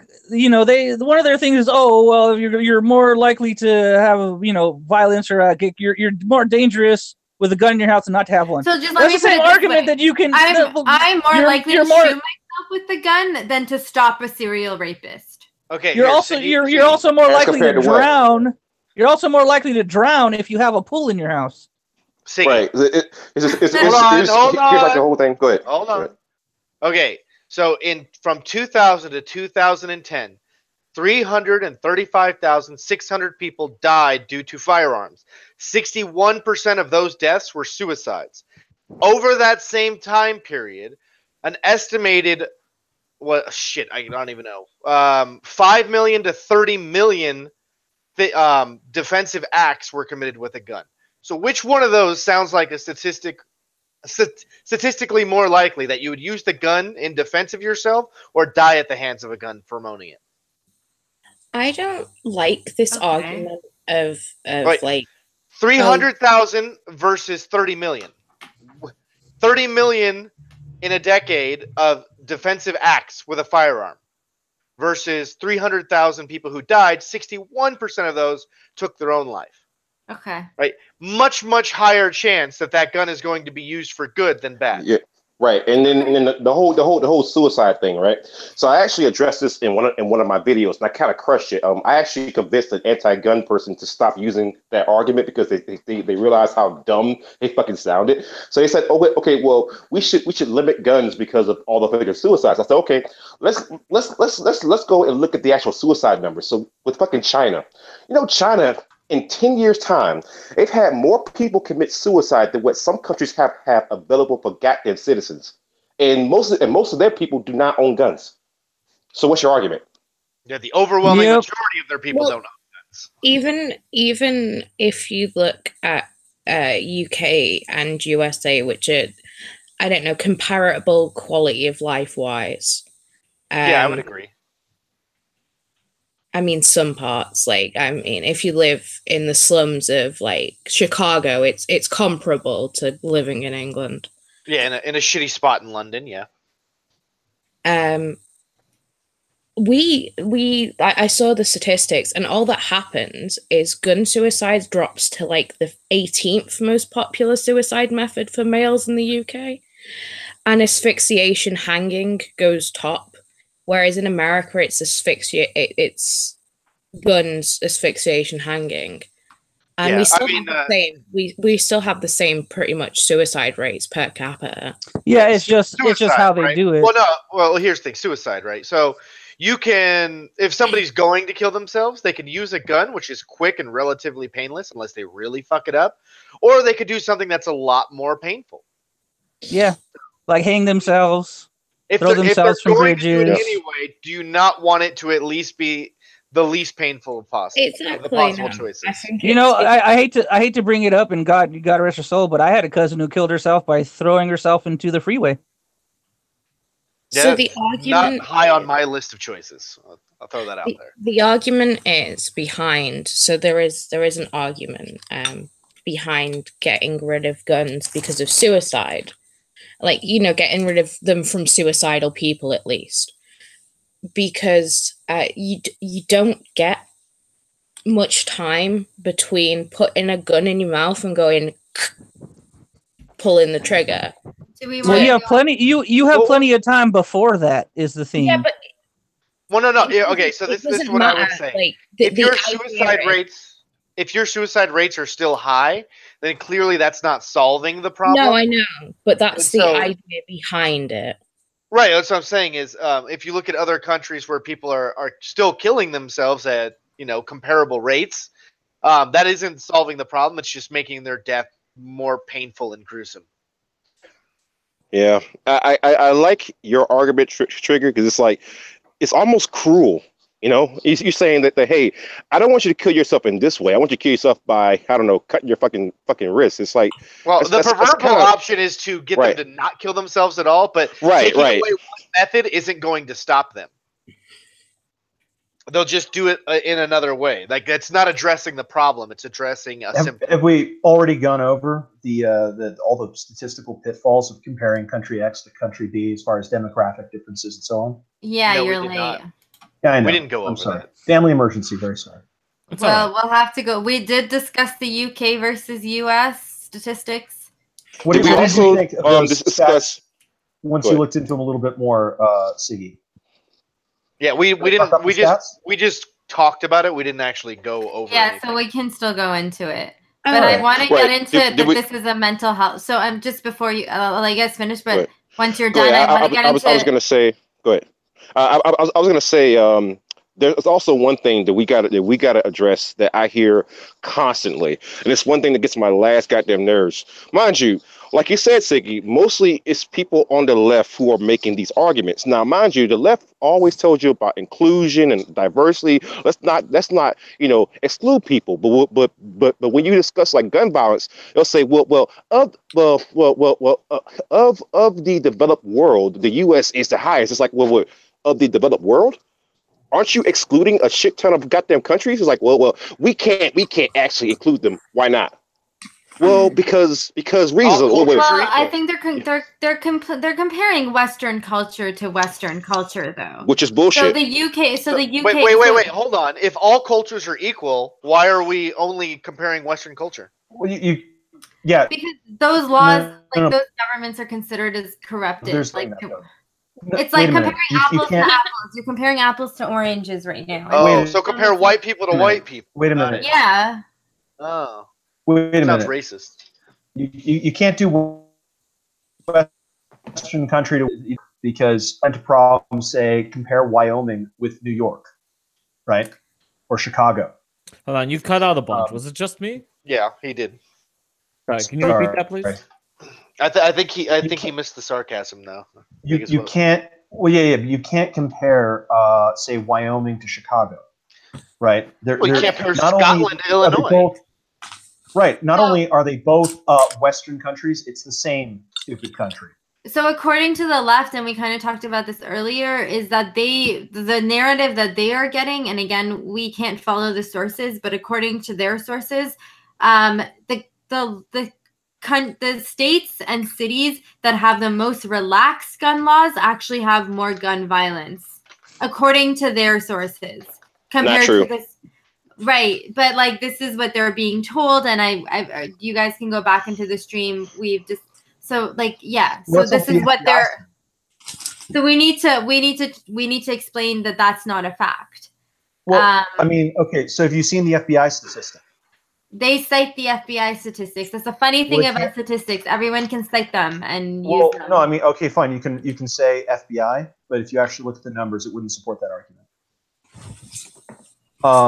What the FBI stats show is that all increases in gun violence since the 1960s, and keep in mind, in the 1960s, gun violence in the United States was relatively low.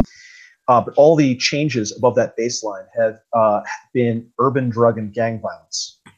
So that's literally what it is. It's not guns. So if you've got an area, for example, where they got but gang violence also exists in the UK, drug violence in Mexico, like they're of course. No, right. You're trying to compare across, but see if you compare within, what you find is there's actually a lot of conformity in that. So the UK used to have much looser gun laws than they have right now, right? But gun violence was also still lower in the UK with that. So there's no correlation. I mean, at the very least, you need correlation to make an argument like that. They don't even have correlation because the gun violence was low and then they removed guns. And if anything, the violence went up a little bit, but more or less was still below US rates. So there's no correlation at all. Okay, but the framework that they're using is comparing the states. So again, and we kind of went through this earlier. This is the quote. A 2016 CAP study found that 10 states with the weakest gun laws have an aggravated level of gun violence that is more than 3 times higher than states with the strongest gun laws. Okay.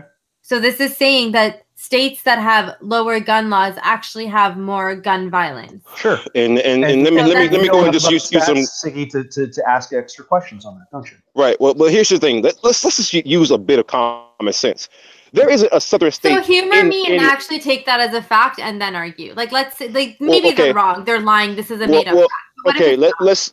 Let's just use a bit of common sense here. Do you really think that a southern state has more fucking gang violence and shootings in fucking California? Really? No, I do want to interject real quick because like you guys can't, well, you Americans can't see it looking, but from what it looks like as across the board, the southern states are quite poverty stricken. In certain areas, like they have large. If you exclude Texas and Florida from that, yeah. And poverty breeds crime. It just does. Where there's poor communities, there's crime. Not always, actually. That's not true. There's stabbings and there's shootings. That's not always true, though. Not always. There are not incredibly all. poor countries that are incredibly peaceful. Hashtag not all. Well, no, but see, what that does is that separates it, and it tells you that there's something else that's going along with the poverty that is causing the crime. Because if it was literally the poverty, then those two would go along with each other every time. If they don't, it means that actually there's something else that goes along with the poverty, and that is what causes it.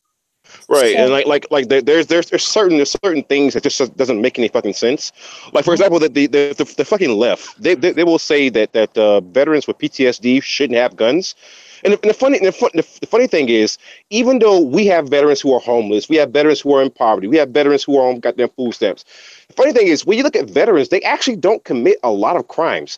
And then when you take non-veterans, when you look at people who are very, very poor, it only really happens in certain types of areas. Like, for example, when you have prohibition in let's say, I'll give you a prime example. Let's look at like my state, right? Charleston. Charleston is a very very different part of South Carolina versus the rest of the state.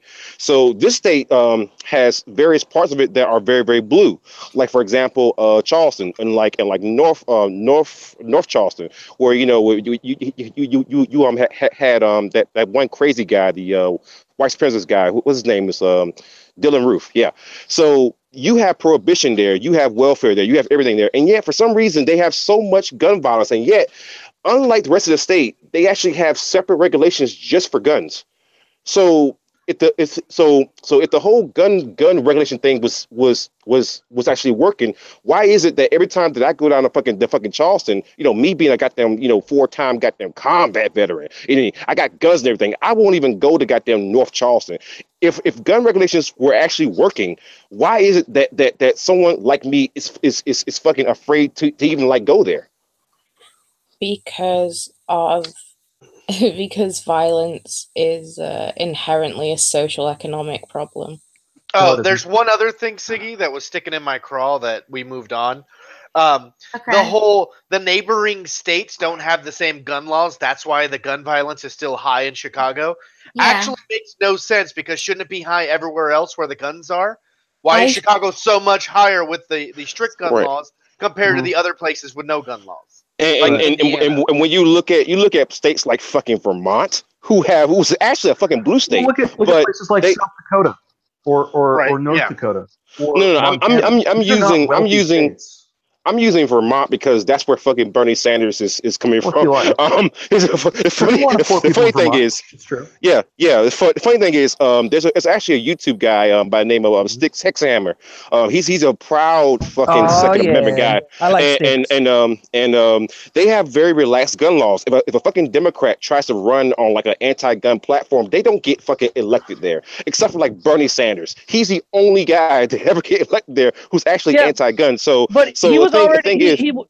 not really. It's not that he was anti-gun.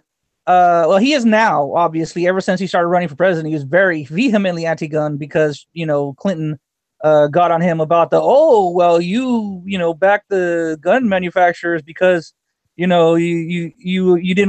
gave them protections, and that whole thing was he like it should be. He just said that gun manufacturers shouldn't be sued if their guns are committed in a crime because that's just stupid. And that's what the Democrats want. They want to hold the gun manufacturers liable for a gun used in a crime, which is again stupid. Yeah, I tell you what, man, Honda has a lot of fucking blood on their hands then. Hell yeah. Car piece. Exactly. And that's the thing. If the guns blew up, if the guns malfunctioned, they would absolutely be sued. They would be ruined if a gun blew up in someone's hand, for firing it. But if I could prove I properly like cleaned and maintained my gun, and I was assaulted and my gun jammed as I pulled the trigger, could I get what you deserve? Yes. Oh, sorry. No, you could absolutely sue for it. This is like I'm the best gun owner ever. Yeah. They actually have and that you can show damages to yourself as a result of the weapon not functioning properly. Yeah, you purchased. You could absolutely sue. Of course they actually give you a warranty. This is why I kind of discourage people from building weapons and then using that for like actual self-defense. Actually buy a gun, because if that gun like fucking malfunctions, even if you happen to die, your family could sue that fucking manufacturer. Yes, absolutely. One of the main things in our store, one of the things that we pride ourselves on is we won't sell cheap guns. We could sell high points for $150. We could sell, like Jimenez Arms 380s for $100. We could sell, cheap Filipino Arms Corps 38s for $150. We won't do it. We will not sell a gun that's not only cheap, but because we'll sell inexpensive guns, but they are proven guns. They're guns that will work. They're not gonna blow up in your hand and aren't gonna the guns that you can depend your life upon, basically. But I need Not those just cheap, because they're shitty guns so I can hand them to the guy that I accidentally shot in the parking lot. Well, then you accidentally shot. Oh, I got some. Don't get me wrong. I got some throwaways in case I happen to, Yeah. shoot somebody comes in my house and he doesn't have a gun on him. Well, He was coming right for me. That black He'll guy be- at the trying to sell me tickets to Black Panther. he Clearly, will be he's a criminal. he will be found with a gun on Hey, him. hey, Wakanda forever, okay? Wakanda forever. Wakanda. I'm pro Wakanda. Except for that part where they started creating the community outreaches and giving out their technology. Could have done without that. Well, that's actually kind of like set up for the Infinity War. Yeah. But anyways, back to the main argument. It's just kind of weird how people really, with like a fucking straight face, they want us to believe that fucking Kansas has the same gun violence problem as goddamn New York. Are you out of your mind? Yeah. No. Oh, wait, guys. I've been actually agreeing with you this whole time, and I wasn't meant to. Fuck. Right. Scrap everything I just fucking said. Well, okay. The whole time she's like, "Yeah, these seem like rational arguments." All right. Well, wait. Shit! I'm British. Hold on. No, fuck everything. You're all wrong. So one thing that was cited here was that there was a that crime was a socioeconomic issue. One of the problems that was the red coat that said that. That'd be me. Well, no, that's fine. All I would say is you run into like, let's say you can look at Japan, or you can look at, again, say the northern American plain states, where there's actually quite a bit of poverty in those states. They don't have strong economies up there, right? They've got no access to seaports. They've got no rivers. Natural resources are strip mines, a lot of it, their crops, they've got a very poor climate for growing agriculture. So they tend to grow wheat and potatoes and other things, which people like, but you get a very low price per acre for that stuff. And so there is quite a lot of poverty up there. But there's also not a lot of crime. You don't. Is that Mhm. Is there less government interference and more community bond? Well, yes, the community bond, I think, is a huge. I think you hit the nail on the head with that one, because one of the things you tend to run into socioeconomic, because I think it's a big part poverty, and it's a big part upbringing. Well, okay, no, but it's also whether you have othered, right? If you prefer, if you can tolerate that term, whether you see the people in your community as sort of a part of your social unit. If you have, I mean, we can call it community or whatever, but if you look at this other person and you don't care about them, then it's much easier to justify doing an injury to them. But if you see them as sort of all for one and one for all, right, then you can probably reach out to them and they'll probably help you because they probably feel that as well. And B, you can't legitimize morally harming this person because they're a little tighter into your to what you consider to be a person. No, that's definitely part of the problem. Yeah, because every single community that I'm aware of that has a really big crime problem has also effectively othered everyone that they harm. So if you look at the urban gangs in the United States, generally speaking, there's a racial distinction, there's an ethnic distinction, there is a cultural difference, right? And the people that they prey upon are frequently people that either are legitimized to be targets according to their subculture, or who are outside of their subculture, and so they can harm just freely because they're basically not people. So I mean, you're familiar with, say, the knockout game. That's a good example of something where I mean, you wouldn't do that to somebody that you respected, right? And there's no money. Like they're not even taking your wallet most of the time. I wouldn't do that to anyone, though. Well, I understand that, but you understand that those communities where this happens, that's where the crime is. And so that's really, I think that's mostly what actually causes this runaway crime, is that you've got a group of people there that basically have a large number of people around them that they don't see as people. And so, in the same sense of the antebellum South, where they did horrible abuses to black people, right? Because there were a bunch of really awful racist white guys, right? Well, by the same token, in a lot of these urban communities, you've got a bunch of black guys or a bunch of Hispanic guys. But if you look at the stats, it correlates with race very, very strongly. And I don't think it's like the fact that they're black that causes this, but I think that there are cultural elements that correlate with their race. I know. And their culture is designating certain people as being non-human. And consequently, you can do whatever you want to them. Yeah, I also wanted to get at something that was kind of sticking in my craw. You mentioned that guns are being used for domestic violence. Well, I live in a state that's kind of unique to that. For multiple years, and we probably led like last year too, but we actually led the nation in the most cases of husbands killing their wives.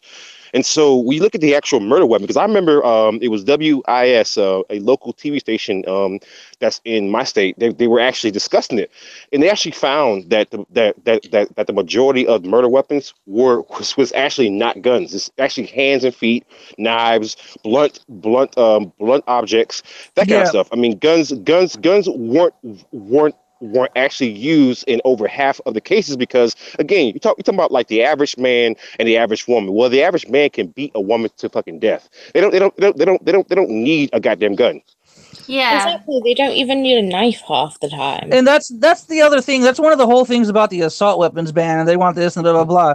One of the main things that no one ever really points out, especially left, is that assault rifles are used less than 3% in murders and crimes. Okay, less than 3%. Not only that, like he just said, hammers and bats and knives kill more people than assault rifles. right, but that's like fact. in individual circumstances where it's one-on-one violence. But like when you're committing mass violence, it's a lot easier to kill a bunch of people with a gun than it is with a knife or a machine.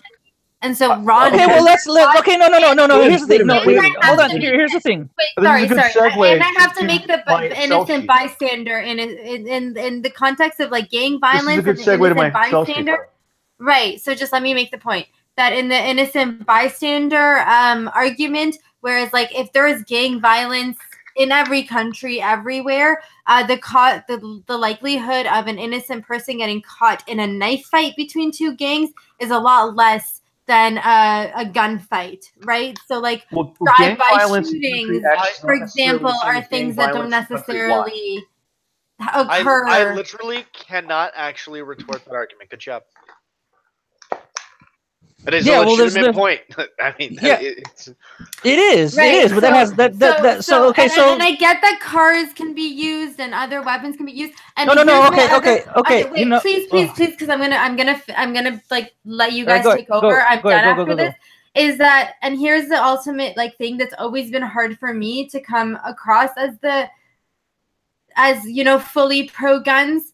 A knife, a car,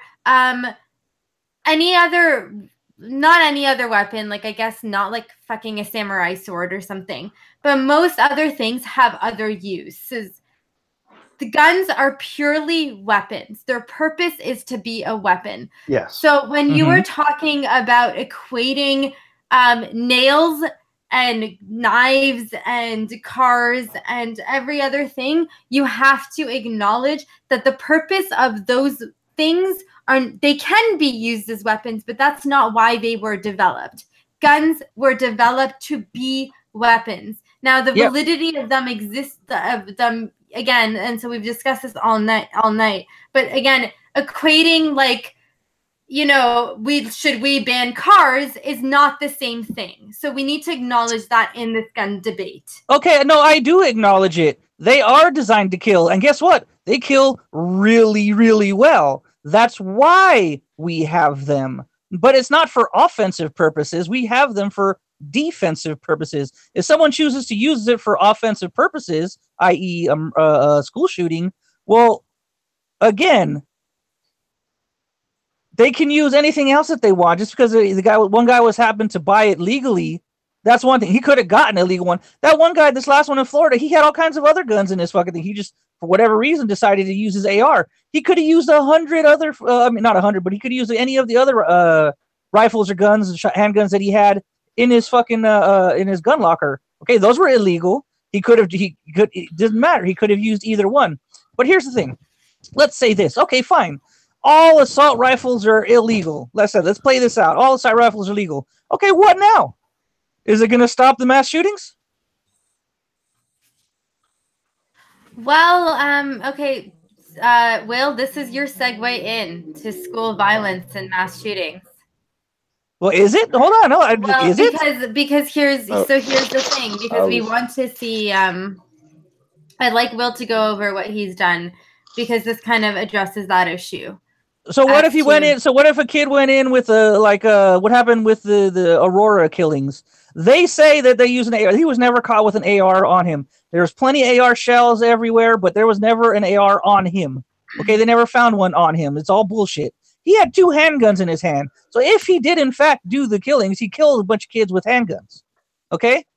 How many other times was like that one guy, the Arizona guy? Right, he didn't have to use an assault rifle. He went out with a handgun and started, capping a bunch of people. Okay, so what? We fill it out. We play this through. All assault weapons are illegal. No one can have one anymore. We play the quiet game while we listen to stats. Sorry, go ahead. Okay. But this kind of Will, I'd like Will to kind of take over right now and go through his stats because this kind of addresses the issue of his school shootings, and so this is what sparked the gun debate is the issue of school shootings, which is something that seems to be unique to America. So we also soft targets. So we also have a list of massacres by country, so school massacres, and this was what kind of led to Will's work. So will you kind of discuss? Yeah. So the first thing is that when you go into the numbers, what becomes clear is that actually the United States is not exceptional. Germany has very similar numbers on a per capita basis as far as school shootings or school fatalities to somebody going into the school and doing a massacre. And Canada on a per capita basis, and Siggy, I don't know if you were able to verify my statistics, but based on what I looked into, Canada's numbers are actually higher than the United States. The numbers, keep in mind, are very low, really. Any child that gets killed it's a tragedy. But over the last 60 years, in a country of hundreds of millions of people in the United States, we've had about 240 something children, and this also includes, keep in mind, in many cases the perpetrators are included in that statistic. It's a very small number when you're familiar with the numbers of people in the United States. It's a big country. To put it into perspective, in the last 60 years, there would need to be 5 Irish children killed in 60 years to reach the same per capita figure as the United States. And they beat that by a lot, by the way. I don't know. I didn't look into the Irish numbers. I did. It was something like 50. Well, okay. Well, that's horrifying. You were going through the triples back then, to be fair. Well, okay, fine. But even if you break it down on a 20-year, look at just the last 20 years, which is prior to or after the Troubles, if you like. What you find is that the numbers are just very, very, very low.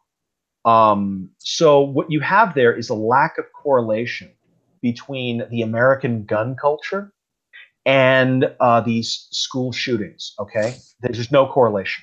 Can I point out one thing too, real quick? I swear to God. What? Okay, you want 5 minutes? You get 5 minutes. No, I don't want 5 minutes. I just want You're 2 gonna minutes. get 5 minutes, bitch. One thing. Don't call me bitch. The one thing that you'll notice is that New York never has any school shootings. Why? Because every school in New York is hardened down. They kind of expected school shooters. There's metal detectors in the beginning of every fucking entrance. They're completely locked down, and they have armed guards standing at the front and at the exit. Both of them. Okay, that's all. On top of being, fortified. Okay, go ahead. That's all. You still have like 4.5 minutes. I'm good. I'm done. I think he will wait. I'd like him not to wait. Will, please resume. Will continue. Please. I swear to My God, sake. dude, 60 years of stats. When did the metal detectors go on fucking New York schools? Probably in the I 90s. imagine the Kill yourself! 90s. Okay, so anyway, point is, there's no correlation. Now, once that's been established, you literally cannot statistically make the argument that the American gun culture or the American gun laws are the cause of this, because you can see other countries that do not have the American gun culture, do not have the American gun laws, and their numbers are the same or higher or whatever. It's a nonsense argument. It's an irrational position, right? It's an ignorant position. Period. Now, that said, there is an interesting thing that comes out of the stats, and that is also that the rate at which children have been getting killed in American schools has increased by a factor of 4 since 1992-96, and around there, right? Now, that's a big bump, right? Because it used to be a lot lower than it is now. It's gone up a lot, but it's still below the Canadian figure, still below the German figure. Well, the Germans are tiny, like it's a teeny bit, but it's the Germans are basically the same, and the numbers are still relatively low. To give you an idea, between 1959, and I'm doing this off the top of my head, between 1959 and 1992, there were about 50 kids killed in American schools. Okay, between 1990, say 3, and today, 2018, there were 200 kids killed. Right, so that's a big bump in the fatality rate. Still, the numbers are within international norms, but our numbers have gone up a lot. Now, what you'd have to do is then look at what's changed since 1992-96. It hasn't been our gun laws getting more permissive, right? So that's a nonsense argument again, but there are things that have changed. And so we can look into all kinds of things. We can look into changes in medication. We can look at what's going on in the home life of kids. We can look at changes in media. We can even look at video games. You want to look at video games because that falls roughly in that period of 92-96 in there. Yeah. Yeah. And I blame Counter-Strike. Yeah. You can also look at the way that we deal with the mentally ill. I think that's a big thing that I find to be very interesting. So here's the thing that's like really relevant. So I'm just going to kind of interrupt you quickly there. That's something that's really relevant to my research, where I look at homelessness, is the closing of institutional, like mental health institutions, right? And so that not only created a surge of homelessness, but it also created a surge of like violence in some ways, because they were hoping that the families and citizens of like the people who are supposed to take care of these people, their immediate families, were going to take care of the situation. And all they did was close these asylums and let all these people out on the street because they lacked families. What did your country give it a bullshit name of? Well, it's deinstitutionalization is the general concept. Yeah. For a little bit of the history of it, a special name in the UK when we let all the nutters out. It was called care in the community. Right. Well, the idea was that the government was supposed to support families to help their mentally ill family members, but they ended up not doing that. So it was kind of closing down institutions, letting these people out on the streets with nowhere to go. Right. And so a whole lot of problems have kind of, and again, the left makes that seem like that was a Republican. On Reagan. Yes. Ronald Reagan. Yeah, and in Canada, shutting down or arguing against containing to some extent the welfare state. I mean, keep in mind, the welfare state is larger now than it was before Reagan. So but they're still whining about it. And so now we're even finding in Canada where like we're like universities are on the left, and like the work that I do is on the left, but we're trying to prevent governments from creating homeless shelters, because that just prolongs homelessness and prolongs like their mental illness and their issues, and trying to get people into homes and getting addresses and helping them get jobs and helping them get doctors. And so there's this whole argument. There's also people that are never going to make it. ever. You know, there are people that are just damaged. That's also a huge thing. Yeah, but even then, they're still better off, like relying on the government, but relying a little bit more on their family and themselves than living endlessly in homeless shelters. Like all that homeless shelters do is breed more homelessness. Okay, there's no incentive to get them out. So some more numbers. Some more numbers. Sorry, in the 1950s in the United States, we had about 500,000 Americans in asylums.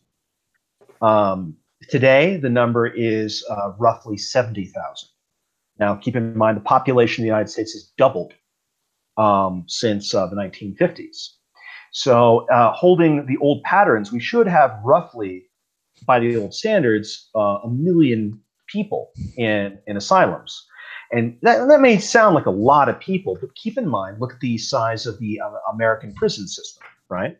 So we've got perhaps 3 million Americans currently in prison right now. An enormous number of them have severe mental disabilities of one kind or another, right? By the old standards, a huge number of them wouldn't actually be in prison. They'd be in an asylum.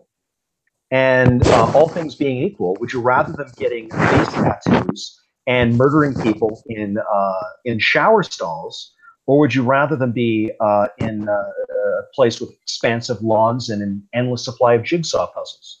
Honest answer? I mean, huh?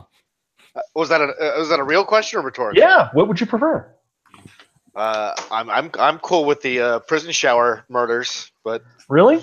So if somebody is just crazy. And that's their problem. They're not, if put into a place that was relatively where they had the appropriate care, you would prefer that they be in a place that was for criminals instead. Okay, so can I make the left's argument but it's a mental health problem and not a gun problem before we continue? Sure. We continue. Okay. So this is according to Rolling Stones to debunking the pro-gun arguments, but it's mental health problems.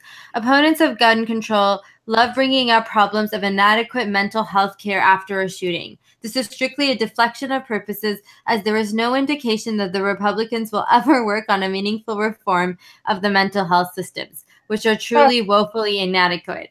It's also an issue that only matters to them and in an immediate aftermath of shooting, and then forgotten after another shooting, rinse and repeat. Also, the mental health. Go ahead. Okay.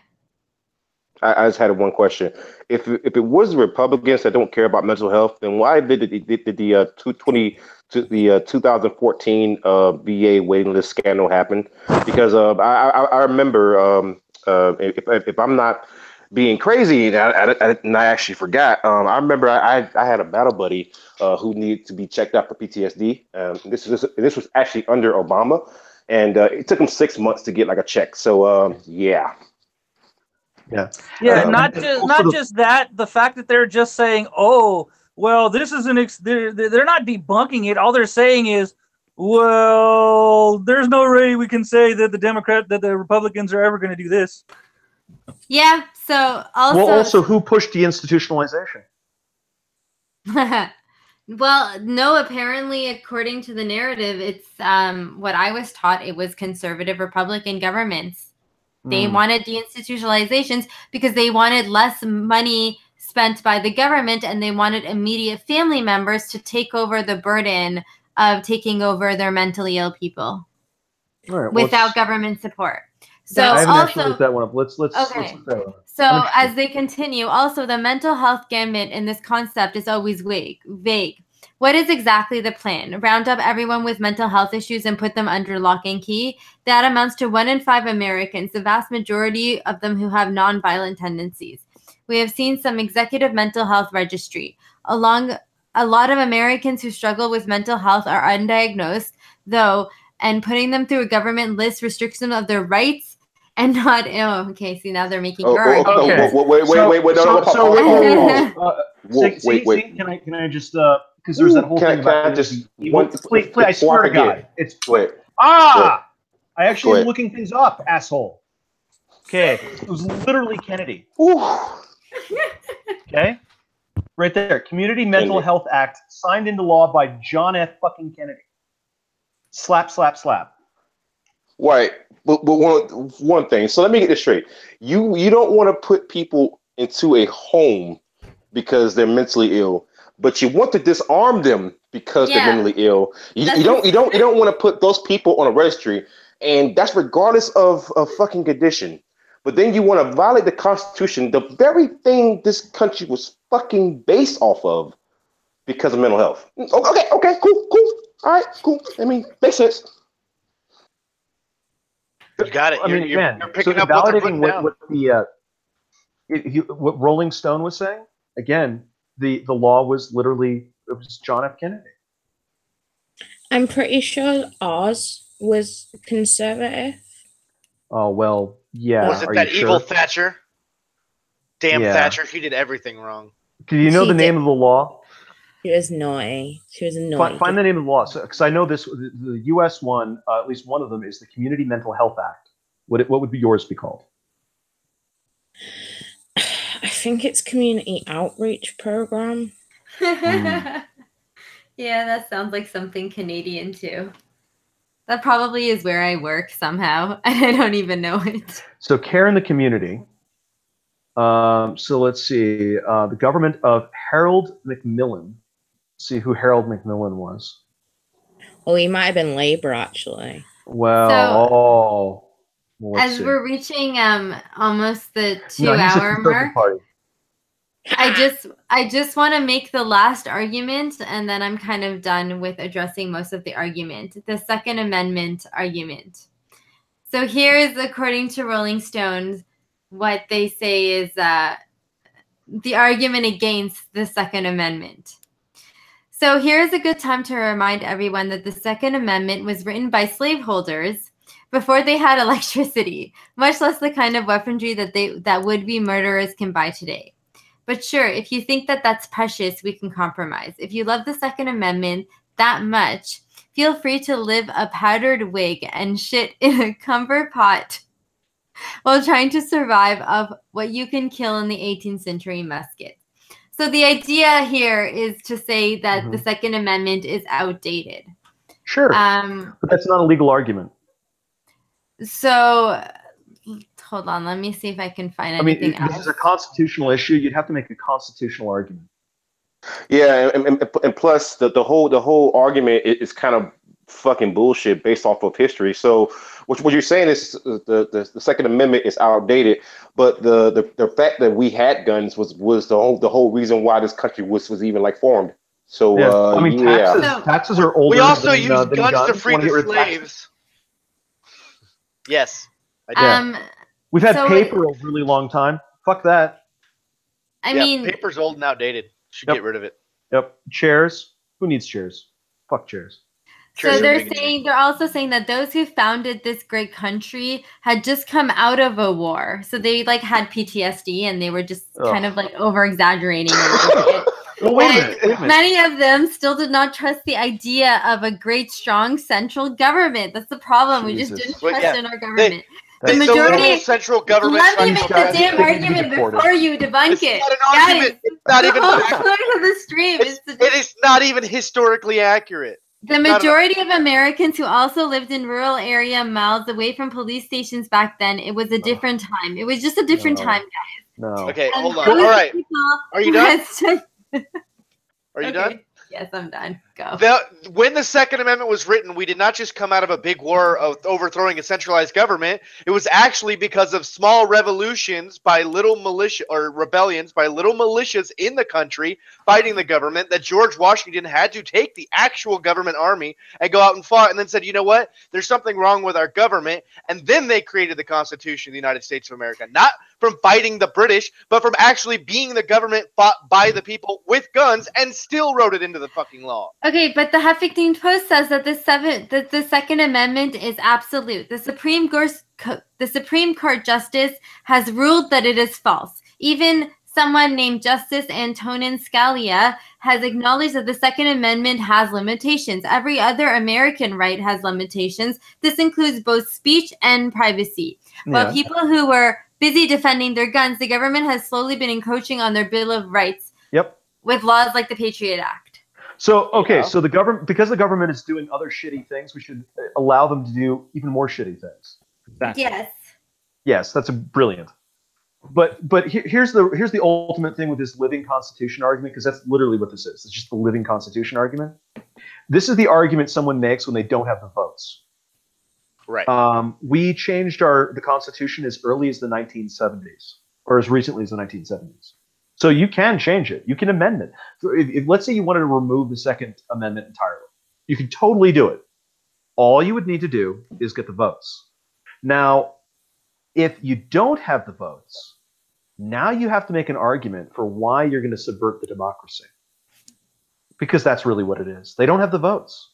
Period. Yep.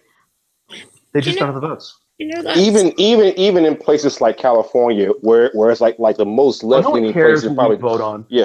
The thing is though, even in places like fucking California, right? You still have the vast majority who want people to own guns. California voted against gay marriage. It happened anyway.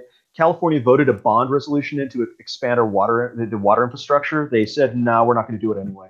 They don't care. They don't care what California show up to vote, and the Sacramento looks at that and they go, oh, that's adorable. You guys think that this is still a democracy? Yeah, considering that there's actually a lot of democracy written into the state constitution, they sure don't seem to give a fuck about democracy.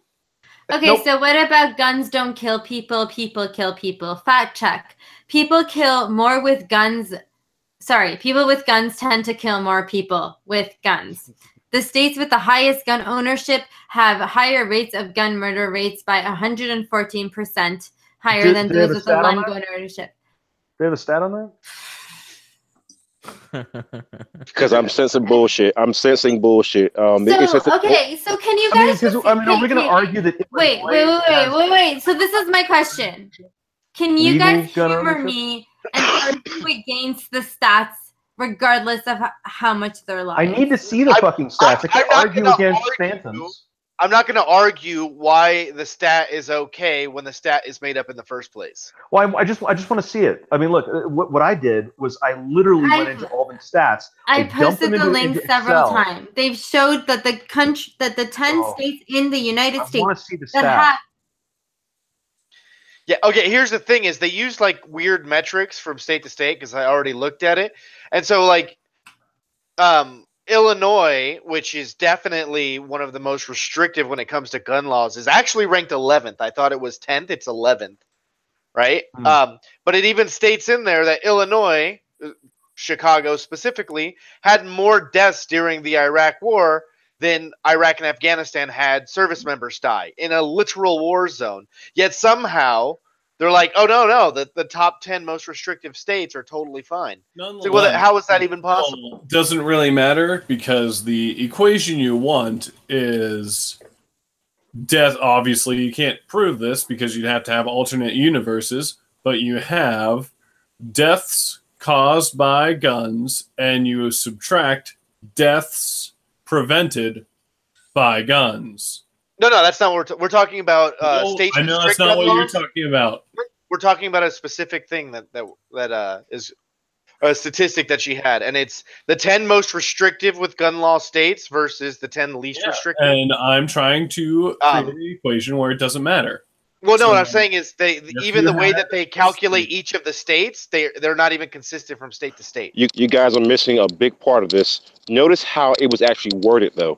They're not controlling for goddamn suicide. No, of course not. I wouldn't know because I don't have a link. I do know if I had a state. I do know if I had a state that had 5,000 deaths because of firearms and 50,000 deaths prevented due to firearms, and I had another state that had 4,000 deaths for firearms and 4,000 deaths prevented through firearms, I'd want the first state, even though it has more firearm deaths, because it also has more deaths prevented. Yeah, we covered that like an hour ago. Oh, that's cute. Yeah. So can I go through one last list of the left's arguments? Right. Go ahead, man. 21 things in America that are somehow controlled more than gun control. So apparently, here are things that are controlled. And besides the Second Amendment argument, can you guys just try to entertain and humor me a little bit? Oh yeah, we'll do it one by one. Okay. Okay. Yeah. So here are 21 things in America who are somehow controlled more than gun control: disposing batteries, owning a car, owning a dog. Let's do this one by one. It's not like I'm gonna be able to pull one up. Disposing batteries is regulated more than gun control. How? Owning a dog That's not is true. We have the Department of Alcohol, Tobacco, and Firearms. We have the Department of fucking Batteries. here's the So that's link. just wrong right off the bat. Owning a dog. Every serial number of every single gun is tracked. Do we track the serial number of every battery? No, we don't. And also when it comes to I'm looking at a battery right now. They're not even serialized. It's not even serialized. So right off the bat, Siggy, that's wrong, right? Right. And then also many states and territories actually charge you a tax just for disposing car batteries. And I know this for a fact because on my property taxes right now, I'm looking at them right now. They're charging me a battery disposal fee right now. Right. Yeah, it's like the whole thing is there's not a national association of batteries for a reason. Right, and then aside from that, they're also gonna mention goddamn cars. Well, you can drive a car at goddamn 16 years old. Now to buy a gun in a lot of states, you gotta be like 21. It's like a fucking 5-year difference. Wait. You know what? I want to actually say something about this. I'm okay with you guys changing your gun buying age to the same age as your alcohol buying age. If you could buy alcohol at like 19, it has to be the same as the voting age. I'm okay with raising. I'm okay with raising the gun purchase age if we also raise the voting age. Yep. Yeah, and military service. The majority. The draft exactly. age Military service, exactly. All three of those are linked. You either have to be an adult or you don't have to be an adult. And if you're not an adult, you're not an adult. Let's change it this way. Well, here's serve in the military. Yeah. Vote, own guns, have liquor. No. Yeah. If you serve in the military, but then you can yes, in voting. What? Well, hold on. I have a far more. You get to have a gun. Congrats. I have a far more. We're literally on number 1 of the list. Well, hold on. That's because you're. I have one argument. And it was wrong. Right. I have one argument.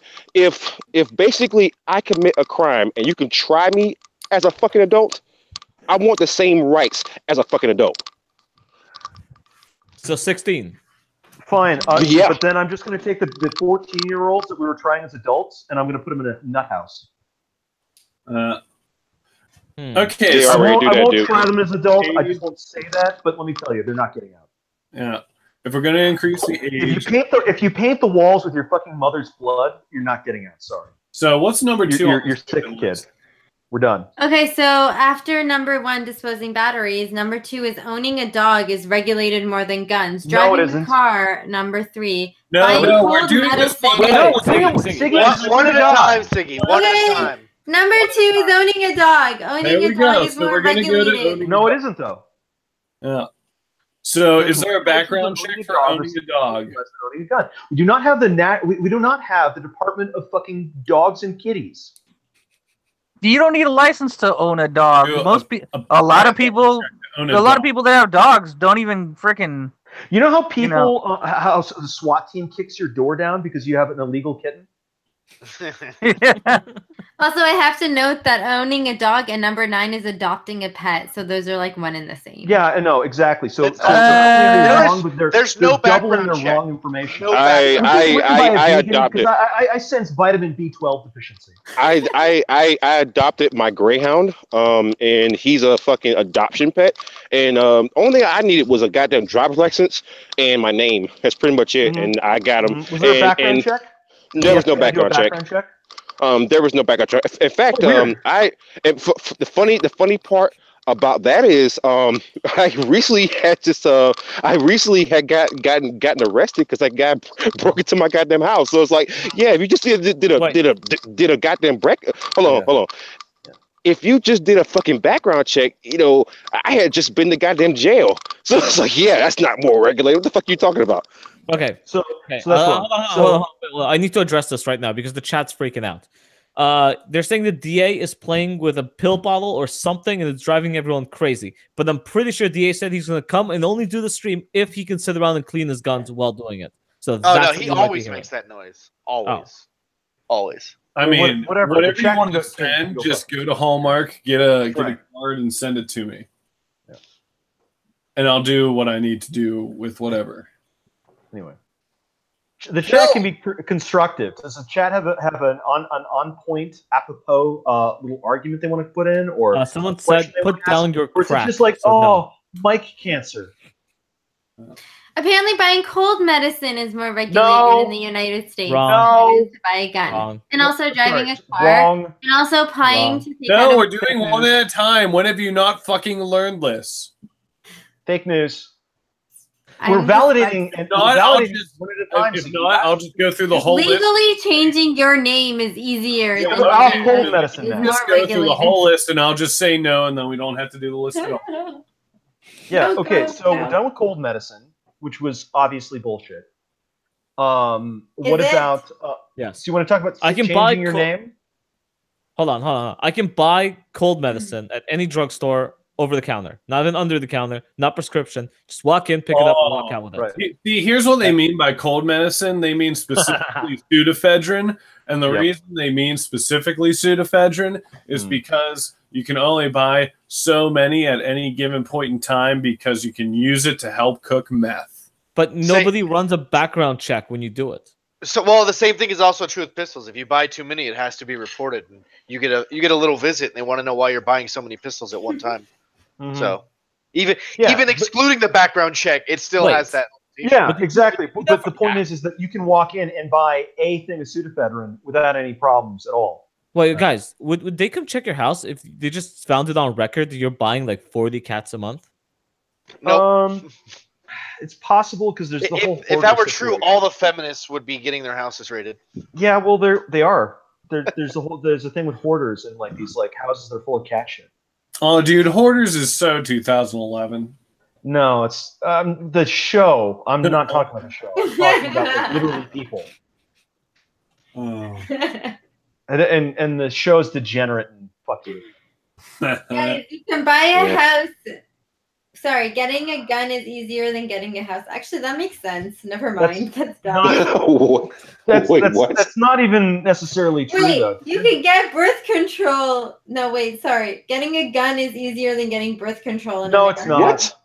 What are they We No, it's literally, not. we literally have tax-funded free clinics where a woman just People are walks in giving and it says, away "I want for birth control," free. and walks the fuck out with it. Again, Apparently, it's Paul not is serial voting number for a that is food being stamp. cracked on Dude. your stupid abortion pills. Guys, food I have- stamps are harder to get in America than guns. No, this is come on, Siggy. This is just people lying. This is just Okay, lying. Yeah, I would Siggy, I would like any of those people that actually said that to go out and try and buy a gun. Siggy, I got one thing to point out. Birth control is so easy to get that the fucking doctor, after my son was born, had someone deliver birth control to my house, okay, for free.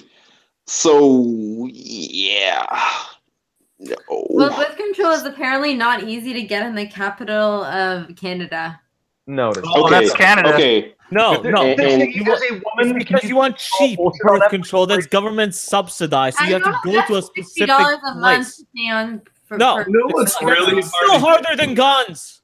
You know what's really hard to get in America, firearms wise? Government subsidized guns. I Yeah, get it. I know. Yeah, Tell me about it. Giving away Hard to free get guns. guns. So saying that you have to pay for your birth control is irrelevant. We're talking about how easy it is to go in and buy it in a store, paying money.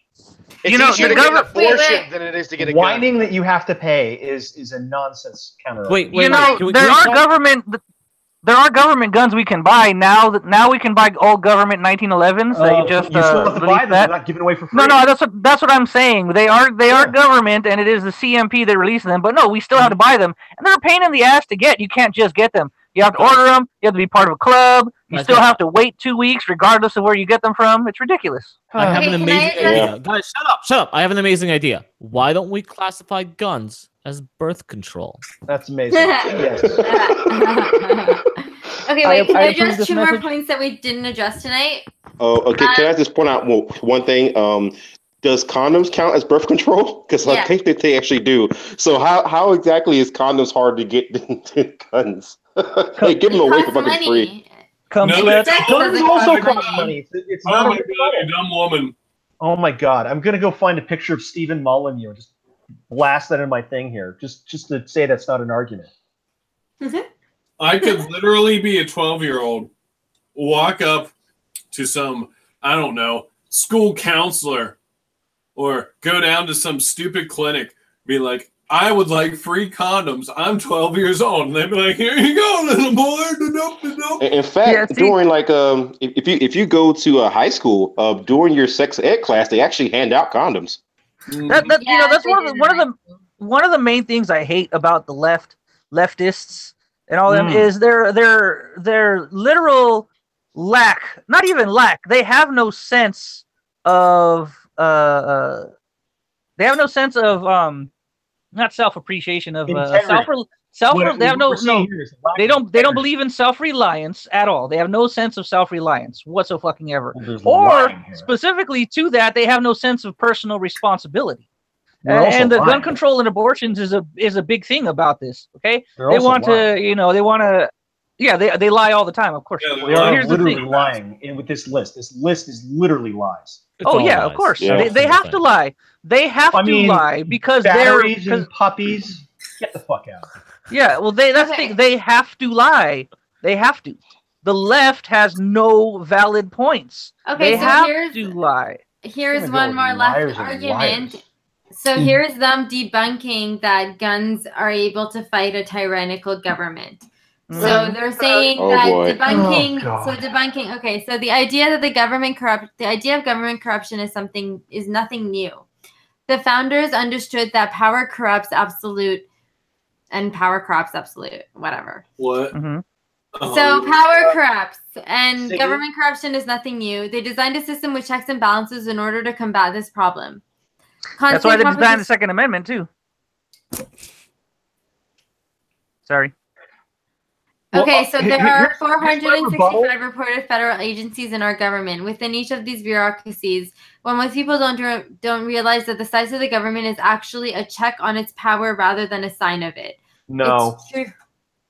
No? Because you know how the Chinese government is more checked by its size? See, Chinese communist vitamin B12 between the Chinese communist military and Chinese communist police state. Yeah. The bigger the Chinese government gets, the less tyrannical it gets. Are you kidding? Also, have you ever heard of this group of people called the Taliban? They're doing a pretty bang-up job of taking on that superior military force with all these advanced weapons that they can't get their hands on. Yeah, like they don't. People who make these arguments, they make these arguments based off of their own personal experience of saying, well, I could never resist this fucking government. Whereas people like me and Trigger, who have seen uneducated goat herders build bombs that are so powerful it can fucking disable $1 million tank. What do you think a doomsday prepper in Texas is going to fucking do? Against the same exact military. It's the same exact military they'd be fighting. Yeah, on home soil yet again. Yeah. Well, and here's the other point. Why is if guns are not a check against tyrannical power, why is it that the first thing that any tyrant does is to confiscate the guns? So they bring up that argument. Oh.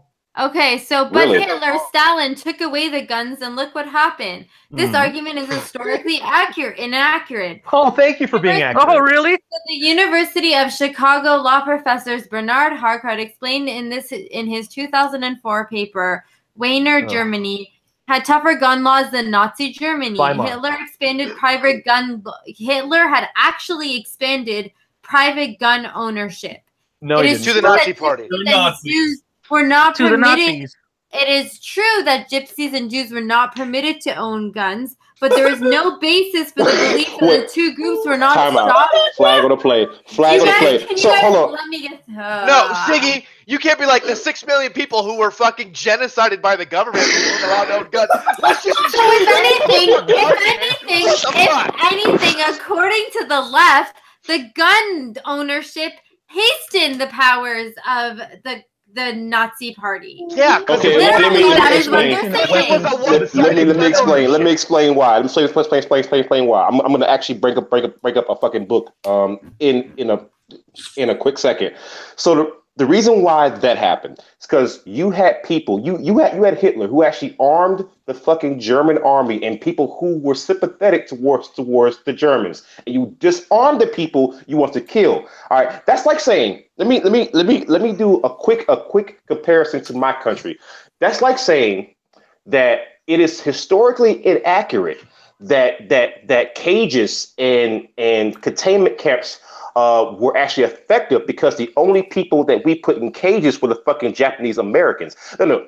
Cages are horrible. All right, you don't take one demographic that was actually persecuted, and then say well this actually made the problem worse. Yeah, it made it worse because you gave people who want to actually kill those people all the guns, and you took the guns away from the people who you wanted to be fucking killed. Aside from that, about the Soviet Union, I read a nice book by a man by the name of Robert Conquest. It's called the Harvest of Sorrow. And so in that book, he actually explained everyone who was called kulaks in the fucking USSR, they were disarmed and they were killed. So whenever someone wants to kill someone, the first thing that you do is disarm them.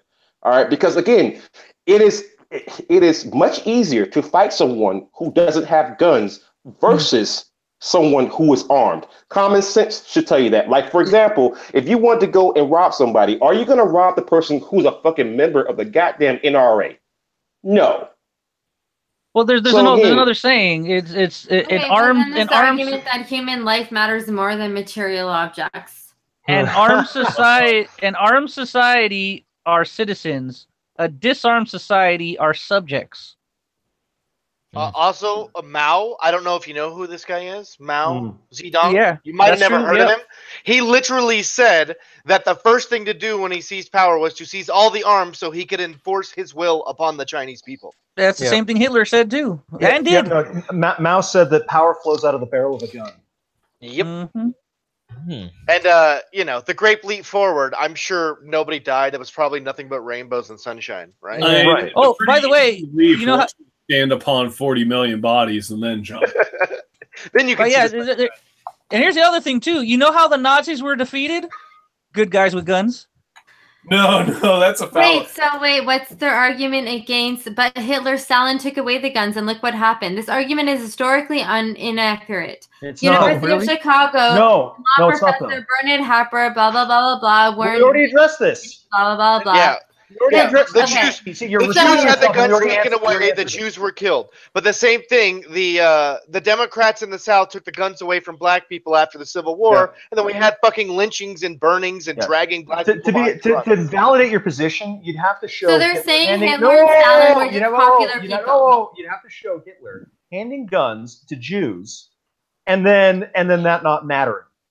Also, too, I like how in this report, their only source for this is some liberal fucking idiot in Chicago. Some teacher. Don't worry. I don't care who he is. Dude, literally an ad hominem. It doesn't matter. Don't worry about the liberal guy in fucking Chicago. He'll probably be fucking shot in like 2 days. Okay, come on. Yeah. Well, probably not, but because he doesn't live on the bad part of town. He's not. He's not a member of a street gang. No, exactly. So they say, "Oh well, no." I'd say he was. My whole point is, this stupid study. My whole point is this stupid guy. Their whole reference is all, "Oh well, it's historically inaccurate because this one guy in Chicago said so." Well, I don't. Also, care. A professor at a university. The point is that he's wrong. There's professors in universities that think there are professors in universities that think there's more than 60 genders.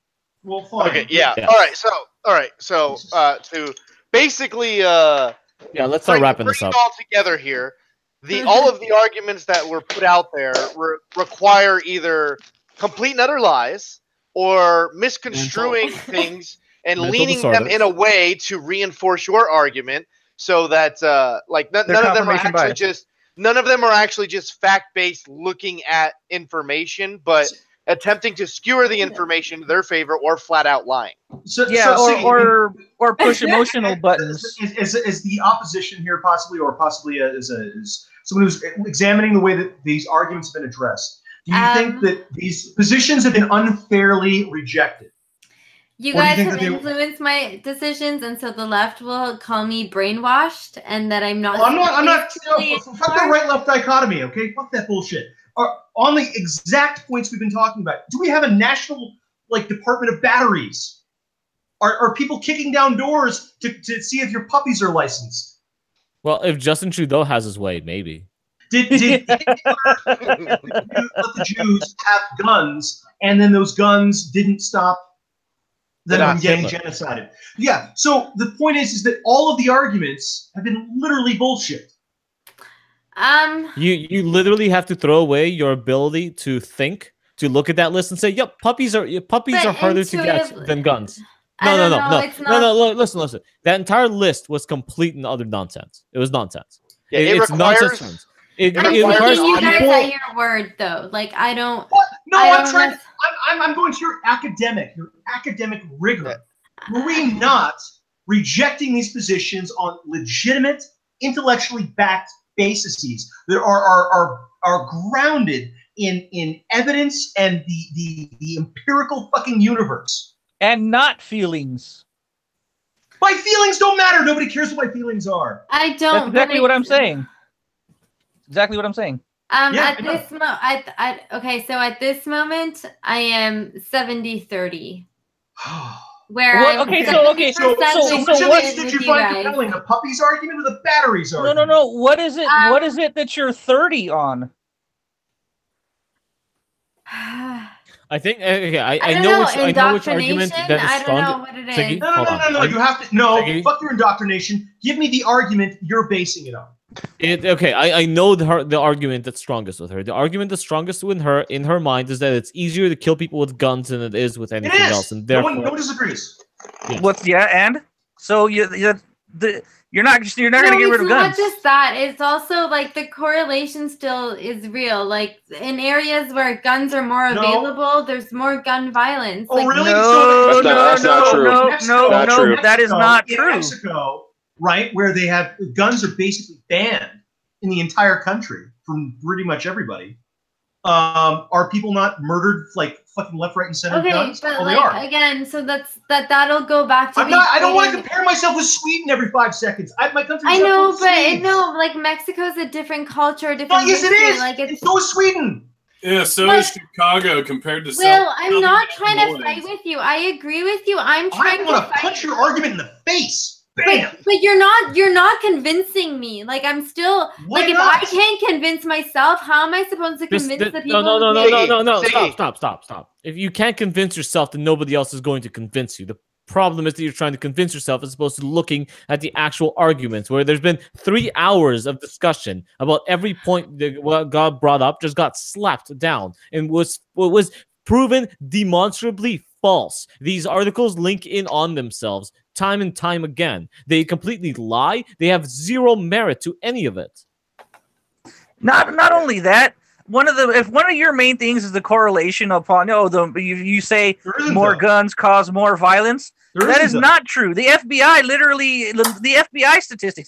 statistics say that we have had more guns built up over the past 15, 20 years, and there has been less violence. Granted, yes, okay, there's a few more school shootings and shit like that. Okay. Yeah, so can I say what the root of the issue below is? Canadian and German numbers, so it doesn't matter. Is that I don't know which side is lying, right? Like, so you guys could be stating facts on me, which are made up facts, and the other side could also. No. Just want to know if this is a question of gun violence or violence. So if we can increase guns by decreasing violence, is that good? Or if we increase guns and decrease all violence but gun violence, is that then bad? What do you want to do? Do you want to decrease violence? Do you want to decrease gun violence? Do you want to do both, neither one or the other? Because the United Kingdom has less guns, but they have more violent crime. You have Australia more rapes, too. You have more assaults. You have more burglaries. Australia as well. You have less gun violence. You just have more violence. You have more rape. You have more robberies. Can I ask a quick question? Right, a quick one question. Siggy, you were with the whole Gamergate crowd, right? You don't actually believe video games cause violence, right? Well, see, I don't know anymore because no. Wait, is that what Gamergate was about? Hold on. No. That is not what Gamergate was about. Right. That wasn't what it was actually about. But if you talk to most people who were involved in Gamergate, they will say video games don't cause violence, right? Okay, so let's go ahead and get that out of the way. All right. If you compare the two arguments, we've had more video games and they've been getting more violent, more numerous, right? But we've noticed that the actual violent crime rate has been going down. Now you understand that point, right? Yeah. I do. So by the same token, what Will, Loki, Trigger, what they're trying to actually tell you is that we have actually increased gun ownership. We have more guns now than ever before. Yeah, all right, and there are less violent crimes. So if you accept that in that same time frame, video games have not caused violence, you are forced to accept that guns have not increased violence. If you're going to also accept that in that same time frame, violence has actually decreased.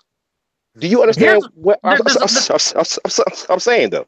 There's also one issue. There's also one equation to this whole thing that no one has addressed. At least I haven't heard anyone address it yet.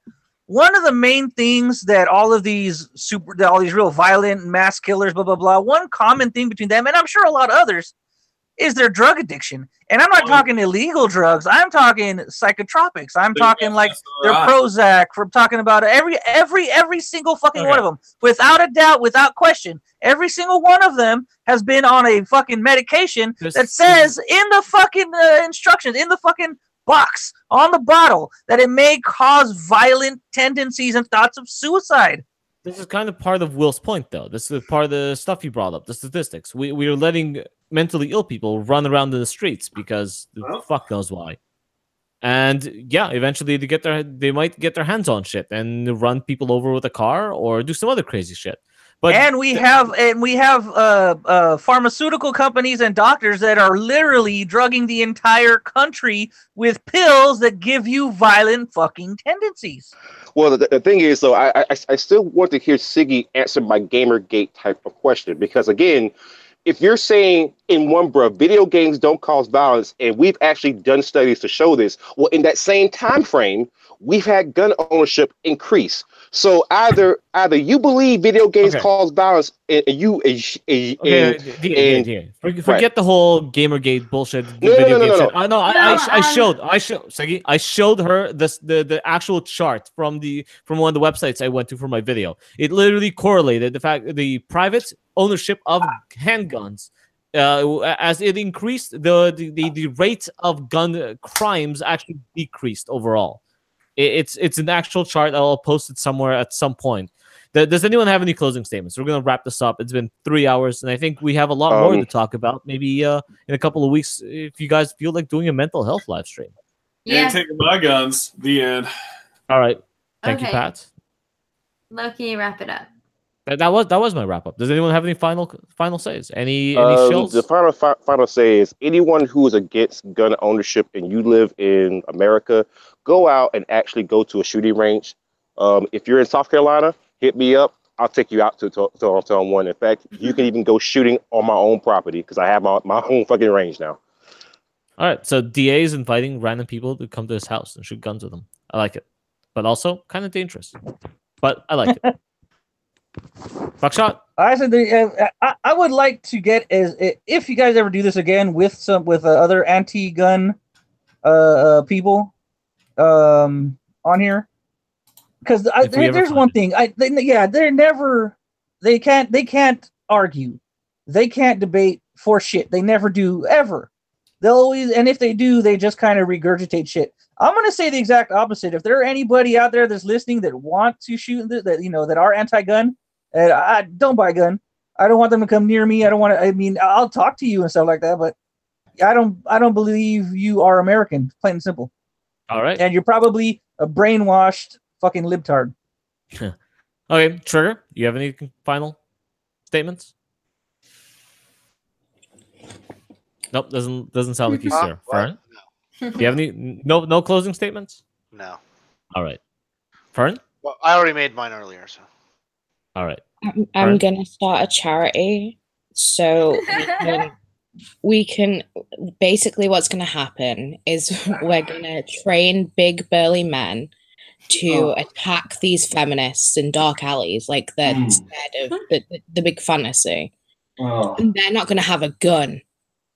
And then they're really gonna want a gun. And then they're gonna be pro-gun.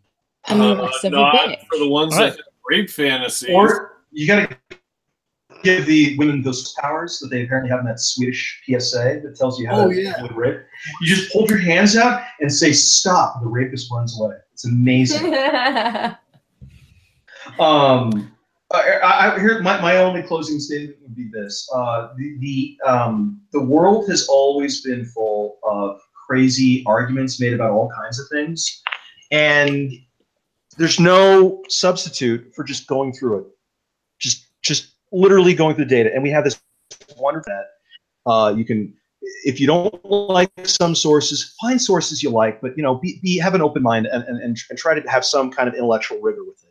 And go through it. I mean, because otherwise you're going to believe in the National Department of Batteries. You're going to believe that doors are getting kicked down across the United States right now to remove unlicensed kittens. Okay, that's what will happen to your brain, and that is demonstrably what has occurred with this author of this Huffington Post article, which is it's tragic. And really, this may blend back in. This may blend back into what we were talking about deinstitutionalization. This person probably should have been in an institution somewhere with a lifetime supply of pudding, because this is unacceptable. This is dysfunctional levels of retardation. Can I make one concluding comment? No, you don't get one. Okay. And it's not in. Oh wait, is it? It's still International Women's Day. Everybody gets a concluding comment. Okay, Siggy, what's your concluding comment? It is International Women's Day. If we convince anybody that was on the other side to come on too. Oh, who cares? We'll shoot them in the face. I really want a gun. Okay, end it. All right. Thanks a lot, guys. Thanks for joining us. Thanks for listening in. You know how to subscribe, like, share, and all that other garbage. But mostly, I just want all of you to come and help me on my crusade to make guns a form of birth control. Thank you. Yeah, buddy.